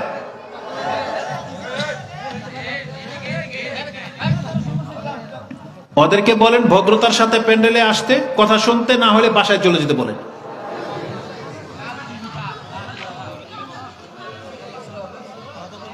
এটা আসলে মোটেও ভদ্রতা না। আমি ওদেরকে বলতেছি এটা মোটেও ভদ্রতা না। একটা জাতির হীনতার পরিচয় এটাই বহন করে। আর যখন বিষয়টা হচ্ছে ধর্মীয় ব্যাপার, এটা দুঃসাহস হয় কি করে মুসলিমদের সন্তানদের? এটা খেলতামশার জায়গা? এটা নিশ্চয়ই খেলতামশার জায়গা না। কারণ এই আয়োজনটা করা হয়েছে তোমাকে শুধরানোর জন্য, তুমি কিছু শিখবা সেই জন্য। কিন্তু সেখানে এসে তুমি ডিস্টার্ব করবা, এটা তোমার দ্বারা এটা অন্তত কামনা নয়। মুসলিমদেরকে সহনশীল হইতে হবে। মুসলিমদেরকে এখন আল্লাহকে ভয় করার সময় কিন্তু বাকি আছে। কিন্তু আল্লাহ সুবহানাহু ওয়া তাআলা যদি আমাদেরকে ধরেন, তখন কিন্তু আপনি চিৎকার করে কোনো পার পাবেন না। আমরা বিপদের গন্ধ পাচ্ছি, চারদিক থেকে আমরা বিপদের গন্ধ পাচ্ছি যে বাংলাদেশকে কেন্দ্র করে ষড়যন্ত্র চলতেছে, বাংলাদেশকে কেন্দ্র করে বিশৃঙ্খলার একটা পায়তারা চলতেছে। সেই ক্ষেত্রে আপনি তৎপর হবেন, সেক্ষেত্রে আপনি আল্লাহকে ডাকবেন, সেক্ষেত্রে আপনি শক্তি যোগাবেন। কিন্তু আমরা ওই খেলতাম সেই ছাড়তেছি না। এটাই হচ্ছে আমাদের সবচেয়ে বড় ব্যর্থতা। এটা হওয়া উচিত না, আমাদেরকে শুধরাতে হবে। কারণ কোরআনে আল্লাহ সুবহানাহু ওয়া তাআলা বলেছেন, যখন কোনো জাতিকে উপদেশ দেওয়া হয়, তারা যদি উপদেশ গ্রহণ করে, এটা তাদের নাজাতের অনেক বড় একটা উপায়। আমাদেরকে আল্লাহ সুবহানাহু ওয়া তাআলা শিক্ষা দিয়েছেন। ইউনূস আলাইহিস সালামের ঘটনা তো জানেন, তিনি তার জাতির কাছ থেকে রাগ করে কিন্তু চলে গিয়েছিলেন, আল্লাহ পছন্দ করেন নাই, আল্লাহ তাকেও ধরেছেন। কিন্তু তিনি যখন ভুল বুঝতে পারলেন, তিনি যখন তার গ্রামবাসীর কাছে ফিরে আসতেছেন, তখন এসে দেখেন, শোনেন যে তার গ্রামবাসী সবাই ইসলাম গ্রহণ করে নিয়েছে। এই একটা জাতি আল্লাহ বলেছেন কেবলমাত্র কওমে ইউনূস, আল্লাহ তাদের উপরে মানে পাথরের বা মেঘের আগুনের মেঘ পাঠিয়েছিলেন হালাক করে দেওয়ার জন্য। কিন্তু তারা তওবা করে নেওয়ার কারণে আল্লাহ এই একটা জাতির কাছ থেকে আযাব পাঠিয়েও আবার তুলে নিয়েছিলেন, শুধুমাত্র নিজেকে সংশোধন করে নেওয়ার কারণে। এটা কেন আমাদেরকে জানানো হয়েছে? হ্যাঁ, আমরা অনেক পাপী, আমাদের মধ্যে ত্রুটি আছে, কিন্তু আল্লাহ সুবহানাহু ওয়া তাআলা দেখতে চান যখন কোনো ব্যক্তিকে উপদেশ দেওয়া হয়, সেই ব্যক্তি উপদেশ নেয়, সেই ব্যক্তি নমনীয়, সেই ব্যক্তি আল্লাহর কাছে ছোট হয়, তাহলে এটাই হচ্ছে আল্লাহ সুবহানাহু ওয়া তাআলার কাছে পছন্দনীয়। কিন্তু অহংকার আল্লাহ একদম পছন্দ করেন না। আল্লাহ সুবহানাহু ওয়া তাআলার বিধানের ক্ষেত্রে আপনি অহংকার প্রদর্শন করবেন, এটা আল্লাহ একদম পছন্দ করেন না। আমাদেরকে শুধরাতে হবে, আমাদের উচিত নিজেদের মধ্যে নমনীয় নিয়ে আসা। সময় অনেক হয়ে গেছে আমাদের। আর কে শেখ আসে নাই? কতক্ষণ বলবো আমি? তাহলে আমি আমার বক্তব্যটা ওইভাবে নিয়ে যাব। কতক্ষণ বলবো বলেন? আসতেছে 10-15 মিনিট না। কথাকে যদি আপনি মূল্যায়ন না করেন, আমার তো বকবক করে কোনো কাজ নাই। প্রথম কথা হচ্ছে যে এখানে মেহমান ছিলেন, সম্ভবত খুব বেশি ডিস্টার্ব করেছে। আমি কিছু বলি না শুধু ভদ্রতার কারণে, কারণ আমরা কিন্তু এগুলোকে সহ্য করি না, শুধু ভদ্রতার কারণে। কারণ আমি আপনাদের এখানে নতুন, চিনি না আপনাদের কাউকে, কিন্তু এটা ভদ্রতার পরিচয় না, জেনে নেন। এখানে স্পিকার হিসেবে আমাকে বসানো হয়েছে, আমি কথা বলতেছি, কিন্তু আপনি একটা কথারও মূল্যায়ন করেন নাই। এবং আপনারাও, আমি দেখেছি, আপনারাও ওদিকে ফোকাস করেছেন বেশি, যা ইচ্ছা তাই। আমি যদি এখন জিজ্ঞেস করি এই যাবৎ কতগুলো কথা বলেছি, আপনি হয়তো 10 আনা উত্তর দিতে পারবেন না, 10 আনা উত্তর দিতে পারবেন না আপনি। তাহলে এই কথা বলার মানে কি? আর একদিকে বাংলার মুসলিমরা ধ্বংস হয়েছে ওই গায়ক বক্তাদের কারণে, যারা সুর সার দিয়ে হিন্দি গানকে নকল করে গান গায়, স্টেজে এসে লাফায়, কৌতুক করে, হাসি ঠাট্টা তামাশা করে, তাদের কারণে জাতি গুমরা হয়েছে। তাদের ফেমাস হওয়ার কারণে লাখ লাখ মানুষ তাদের কাছে যায়, কিন্তু ধর্মের কিছুই শিখতে পায় না। আর আমাদের বক্তব্যের মধ্যে যখন আমরা কোরআন হাদিস দিয়ে বক্তব্য রাখতে চাই, তখন এসে এই ধরনের ব্যক্তিরা এসে ডিস্টার্ব করে, তারপরে কোনো মূল্যায়ন করা হয় না। অথচ আপনি কোরআন হাদিসের কথাকে কতটা আপনি কদর করলেন বলেন? কতটা কদর করলেন? আপনাকে কদর করতে হবে। আমি ব্যক্তি ছোট হতে পারি, কিন্তু যতগুলো কথা বলেছি, আপনার ক্ষমতা থাকলে সামনে এসে বসেন, আমি আপনাকে দেখাই দেব প্রত্যেকটা আয়াত খুলে যে কোরআনে এই আয়াত আছে কিনা। আল্লাহর কালাম থেকে তো কথা বলতেছি, এটাকে মূল্যায়ন করার শিখতে হবে আপনাকে। কারণ কোরআন হাদিস বিহীন আপনি যে ধর্ম জানেন, এগুলো আপনাকে ডুবাবে। কিন্তু আপনি যদি কোরআন হাদিস ভিত্তিক ইবাদত করেন, এটা আপনাকে মূল্যায়ন করবে দুনিয়া এবং পরকালে। আর এর জন্য আপনাকে নিজেকে শিখতে হবে। আয়োজকরা আয়োজন করেছেন, আমি আমার মতো করে নোট করে এনেছি, কারণ আমাদের তো স্টাডি করতে তো সময় লাগে, বুঝেন না? সময় লাগে। আজকে 3 দিন ধরে শুধু খুতবা রেডি করার জন্য শুধু ভেবেছি যে কিভাবে কথা বললে জাতির উপকার হবে। 3 দিন লেগে গেছে। ওটা এখন আমাদের সাথে আছে, নোট হলে আমি আপনাকে দেখাইতে পারতাম। আজকের খুতবার মেসেজ যেটা, কালকে যেটা খুতবাই দেবো, জানেন সেটা কি? আমাকে বলা হয়েছে আল্লাহর সাথে আমাদের সম্পর্কটা কেমন। এটা ভাবতে গিয়া আশ্চর্য হয়েছে। জীবনে তো বহুত বক্তব্য করেছি, কিন্তু এখন পর্যন্ত জানলাম না যে আমাদের সাথে আমাদের রবের পরিচয়টা কি। আপনি বলতে পারবেন আপনার সাথে আপনার রবের কতটা সম্পর্ক আছে? কয়জন মুসলিম বলতে পারবে? আপনার সাথে আপনার আত্মীয়তার সম্পর্ক যতটুকুই আছে, বাপমার সাথে, ভাইয়ের সাথে, ব্যবসার সাথে, কাজের সাথে, গার্লফ্রেন্ডের সাথে, বন্ধুর সাথে, মার্কেটের সাথে যতটা সম্পর্ক আপনার, আপনি সেই অনুযায়ী আল্লাহর সাথে কতটা সম্পর্ক আছে প্রত্যেককে যদি বলা হয় মেপে দেখান, আমরা সবাই ফিল করব। সবাই আমরা প্রত্যেকে দেখব যে আল্লাহর সাথে সম্পর্ক আমাদের সেই এক মাত্রায় নাই। আমাদের দুনিয়ার প্রতি খেলতামশা, নিজেদের চাহিদা, ভোগ বিলাসের প্রতি ভালোবাসা, সম্পর্ক যত বেশি, আপনি সে তুলনায় দেখতে পাবেন আপনার সাথে আল্লাহর সম্পর্ক তার চেরনা পর্যন্ত নাই, সামান্যতম নাই। এটা আশ্চর্য লেগে গেছে। 3 দিন পর্যন্ত শুধু ভাবলাম, যেটা আমাদের জ্ঞান এমনি কম, কিন্তু ভাবলাম যে কথাটা কতটা ভাবিয়েছে যে আমাদের সাথে আমাদের রবের সম্পর্ক এতটা কম। আমরা জানলাম না যে আমাদের রব কি চায়, কেন আমাদেরকে সৃষ্টি করেছেন। এটি আপনি জানলেন না, কারণ এটা আমরা জানি না বিদায়ী তো আজকে আমাদের রব থেকে আমরা দূরে। আশ্চর্য লেগেছে যে পুরো বিষয়টা যেটা আজকে ক্যাপচার করতে পেরেছি বা যেটা ধারণ করেছে সেটা হলো আল্লাহকে আপনি চিনতে পারেন নাই। আল্লাহ সুবহানাহু ওয়া তাআলা হচ্ছেন তিনি এমন এক স্রষ্টা যে আল্লাহ আমাদেরকে সৃষ্টি করেছেন, তিনি আমাদের রাজ্জাক, তিনি আমাদের মালিক। এই 3টা কথাই শুধু নেন আপনি, যে আল্লাহ কে, কে তিনি। তিনি আপনাকে আমাকে সৃষ্টি করেছেন। কে আল্লাহ? যিনি আপনাকে আমাকে বাঁচিয়ে রেখেছেন, রিজিক দিয়ে থাকেন। কে আল্লাহ? যিনি আমাদের মাবুদ, যার ইবাদত আমাদেরকে করতে হবে, এই জন্য আমাদেরকে সৃষ্টি করা হয়েছে, তিনি আল্লাহ।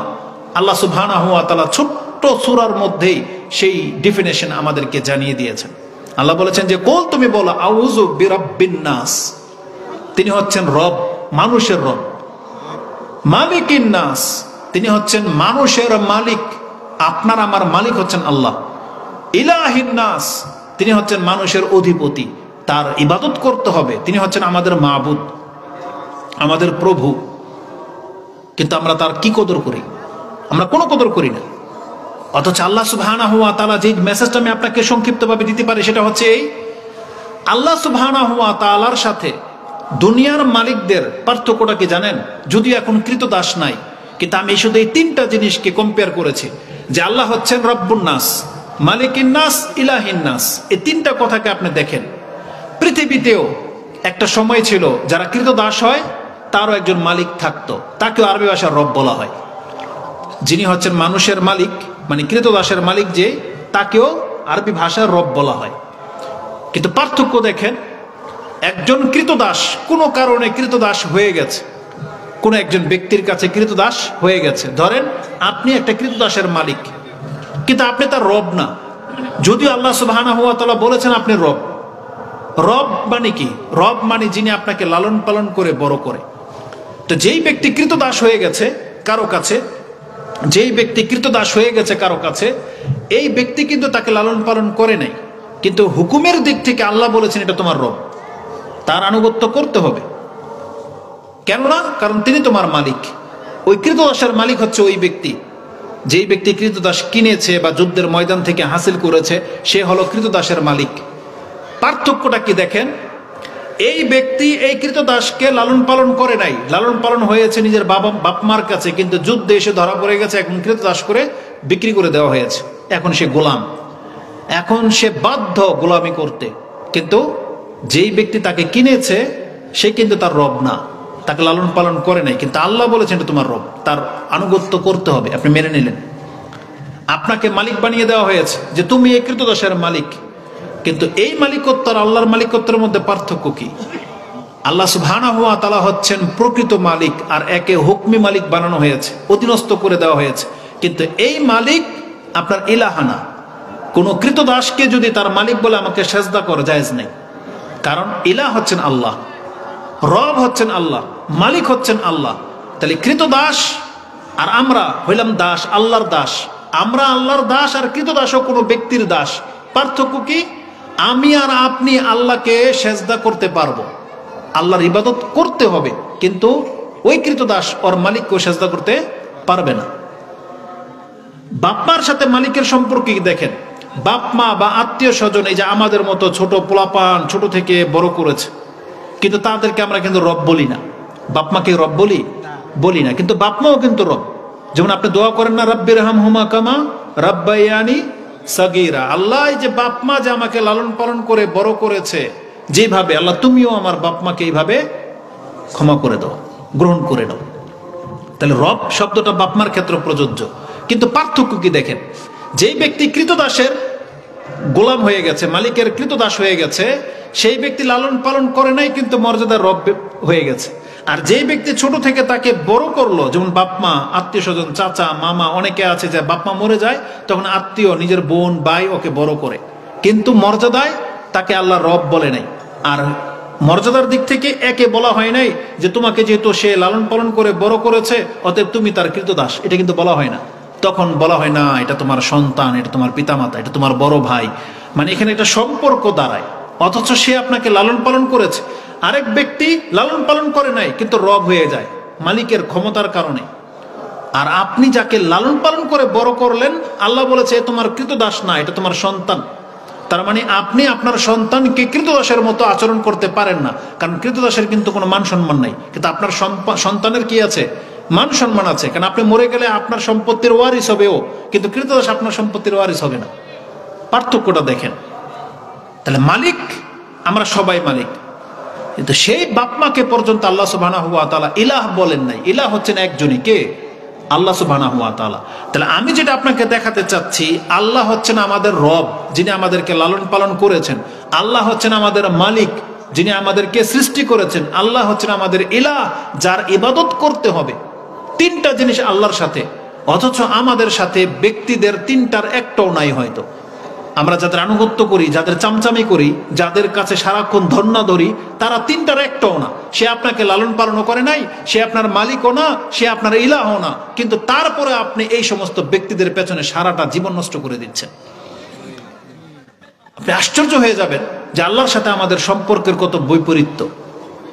পৃথিবীর ইতিহাসে এমনটা ঘটে নাই যে কোনো একজন কৃতদাস তার মালিকের উত্তম আচরণ করার কারণে মালিক তাকে বলেছে যে তুমি আমার কৃতদাস না, তুমি এখন আমার ফ্রেন্ড।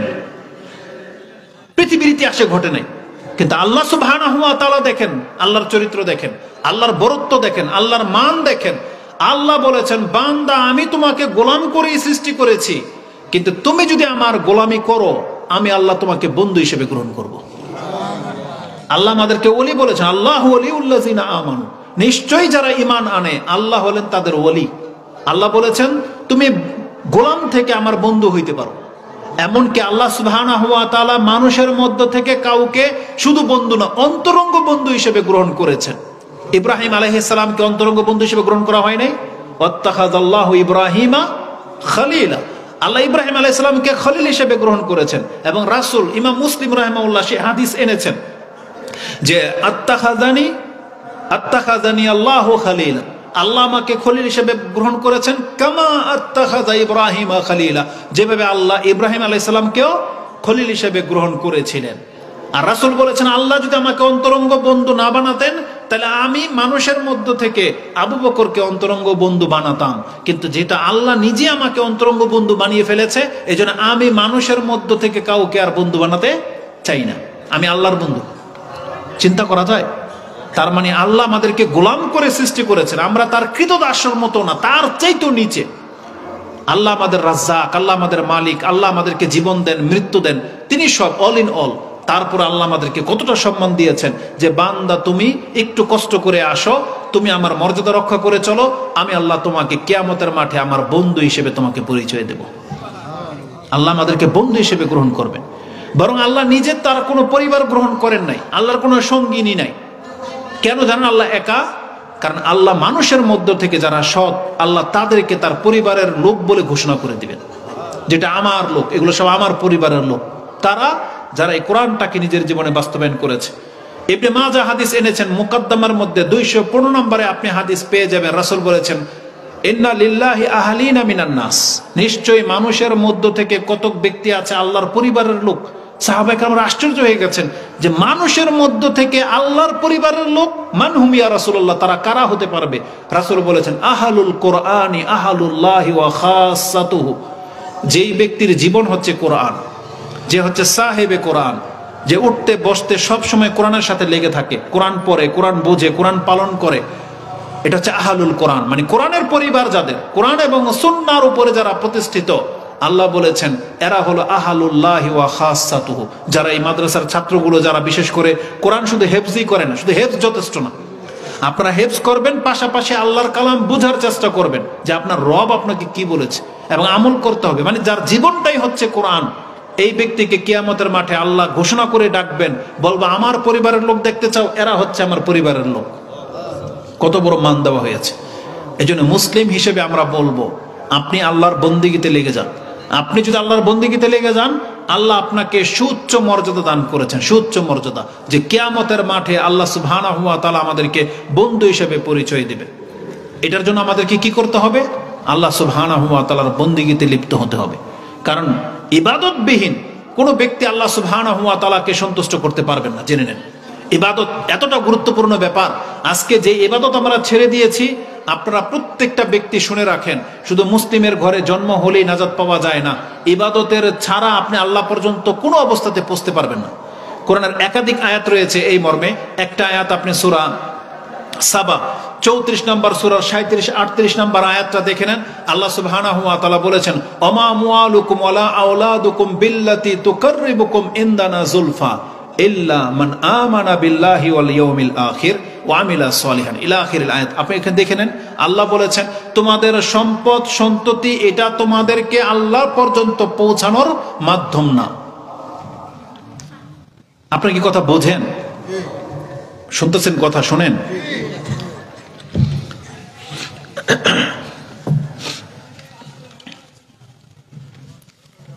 বলেন তো কি বলেছি এখন? বলেন কি শুনলেন, কি বুঝলেন, একটু টেস্ট হয়ে যাক। বলেন কি বলেছি? জি হ্যাঁ, এরপরে কি বলছি? কারণ আমি কিন্তু প্রত্যেককে দেখতেছি কে কি কোন সেন্সে কথা শুনতেছেন, কোন দিকে আপনার মানে মগজ, এটা চোখের দিকে তাকাইলে বোঝা যায়। ওই বন্ধুর পরেই বলেছিলাম, আজকে যারা মনে করেন যে মুসলিমের ঘরে জন্ম হলেই নাজাত পাওয়া যায়, আপনি ধোকায় আছেন। শুধু মুসলিমের ঘরে জন্ম হলেই নাজাত পাওয়া যায় না।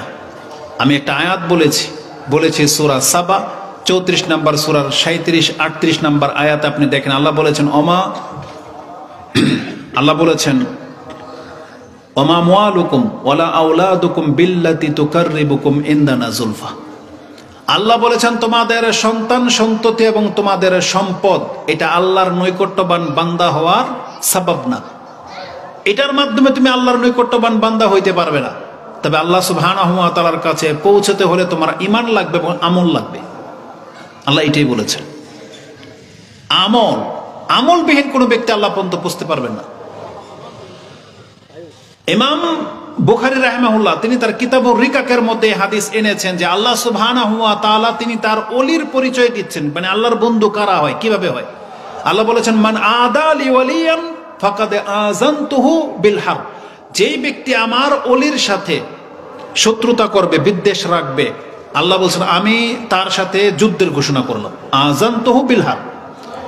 কে সেই ব্যক্তি যে আল্লাহর ওলি? আল্লাহ বলেছেন ওমা তাকাররাবা ইলাইয়া আবদি বিশাইইন আহাব্বা ইলাইয়া মিম্মা ইফতারাতু আলাইহি। আমার কাছে পৌঁছতে হলে বা আমার ওলি হতে হলে আমার বান্দা যা কিছু করে, আল্লাহ বলেছেন ওই কাজগুলোর মধ্য থেকে আমি আল্লাহ যেগুলোকে পছন্দ করি, কি যে আমি নিজে ওর উপরে যা ফরজ করেছি সেই ইবাদত। তার মানে আল্লাহ নিজে আমাদের উপরে যে ফরজ করেছেন সেই ইবাদত হচ্ছে আল্লাহর কাছে সবচেয়ে পছন্দনীয়, যে ইবাদতের মাধ্যমে আপনি আল্লাহর ওলি হতে পারবেন। বলেন তো আল্লাহ আমাদের উপরে কি ফরজ করেছে? 5 ওয়াক্ত সালাত। কয় ওয়াক্ত? 5 ওয়াক্ত। কত রাকাত ফরজ? 17 রাকাত ফরজ। সিয়ামের মধ্যে রমজান মাসের সিয়াম ফরজ, জীবনে একবার হজ ফরজ। জাকাতের মধ্যে কয় টাকা? শতকরায় 2.5 টাকা। শতকরায় 2.5 টাকা জাকাত ফরজ। এখন আপনি এমন ব্যক্তি যে আপনি প্রয়োজন হলে লাখ টাকা দান করে ফেলতেছেন। আপনি বলতেছেন আমারও জাকাত দিতে হইবে, আমি তো লাখ টাকা দান করে দিই। আপনি লাখকে কোটি টাকা দান করে দেন, আল্লাহর কাছে পাত্তাই পাবে না যদি আপনার ফরজ ইবাদত ঠিক না থাকে। আপনার 2.5 টাকা জাকাত যদি আপনি আদায় না করেন, আপনার লাখ টাকা দান করে আপনি নাজাত পাবেন না।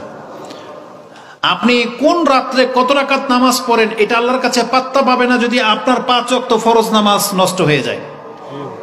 মানে আল্লাহ যেটা ফরজ করেছেন, আমি এটা বুঝাতে চাচ্ছি, এটা আল্লাহর কাছে বেশি প্রিয়।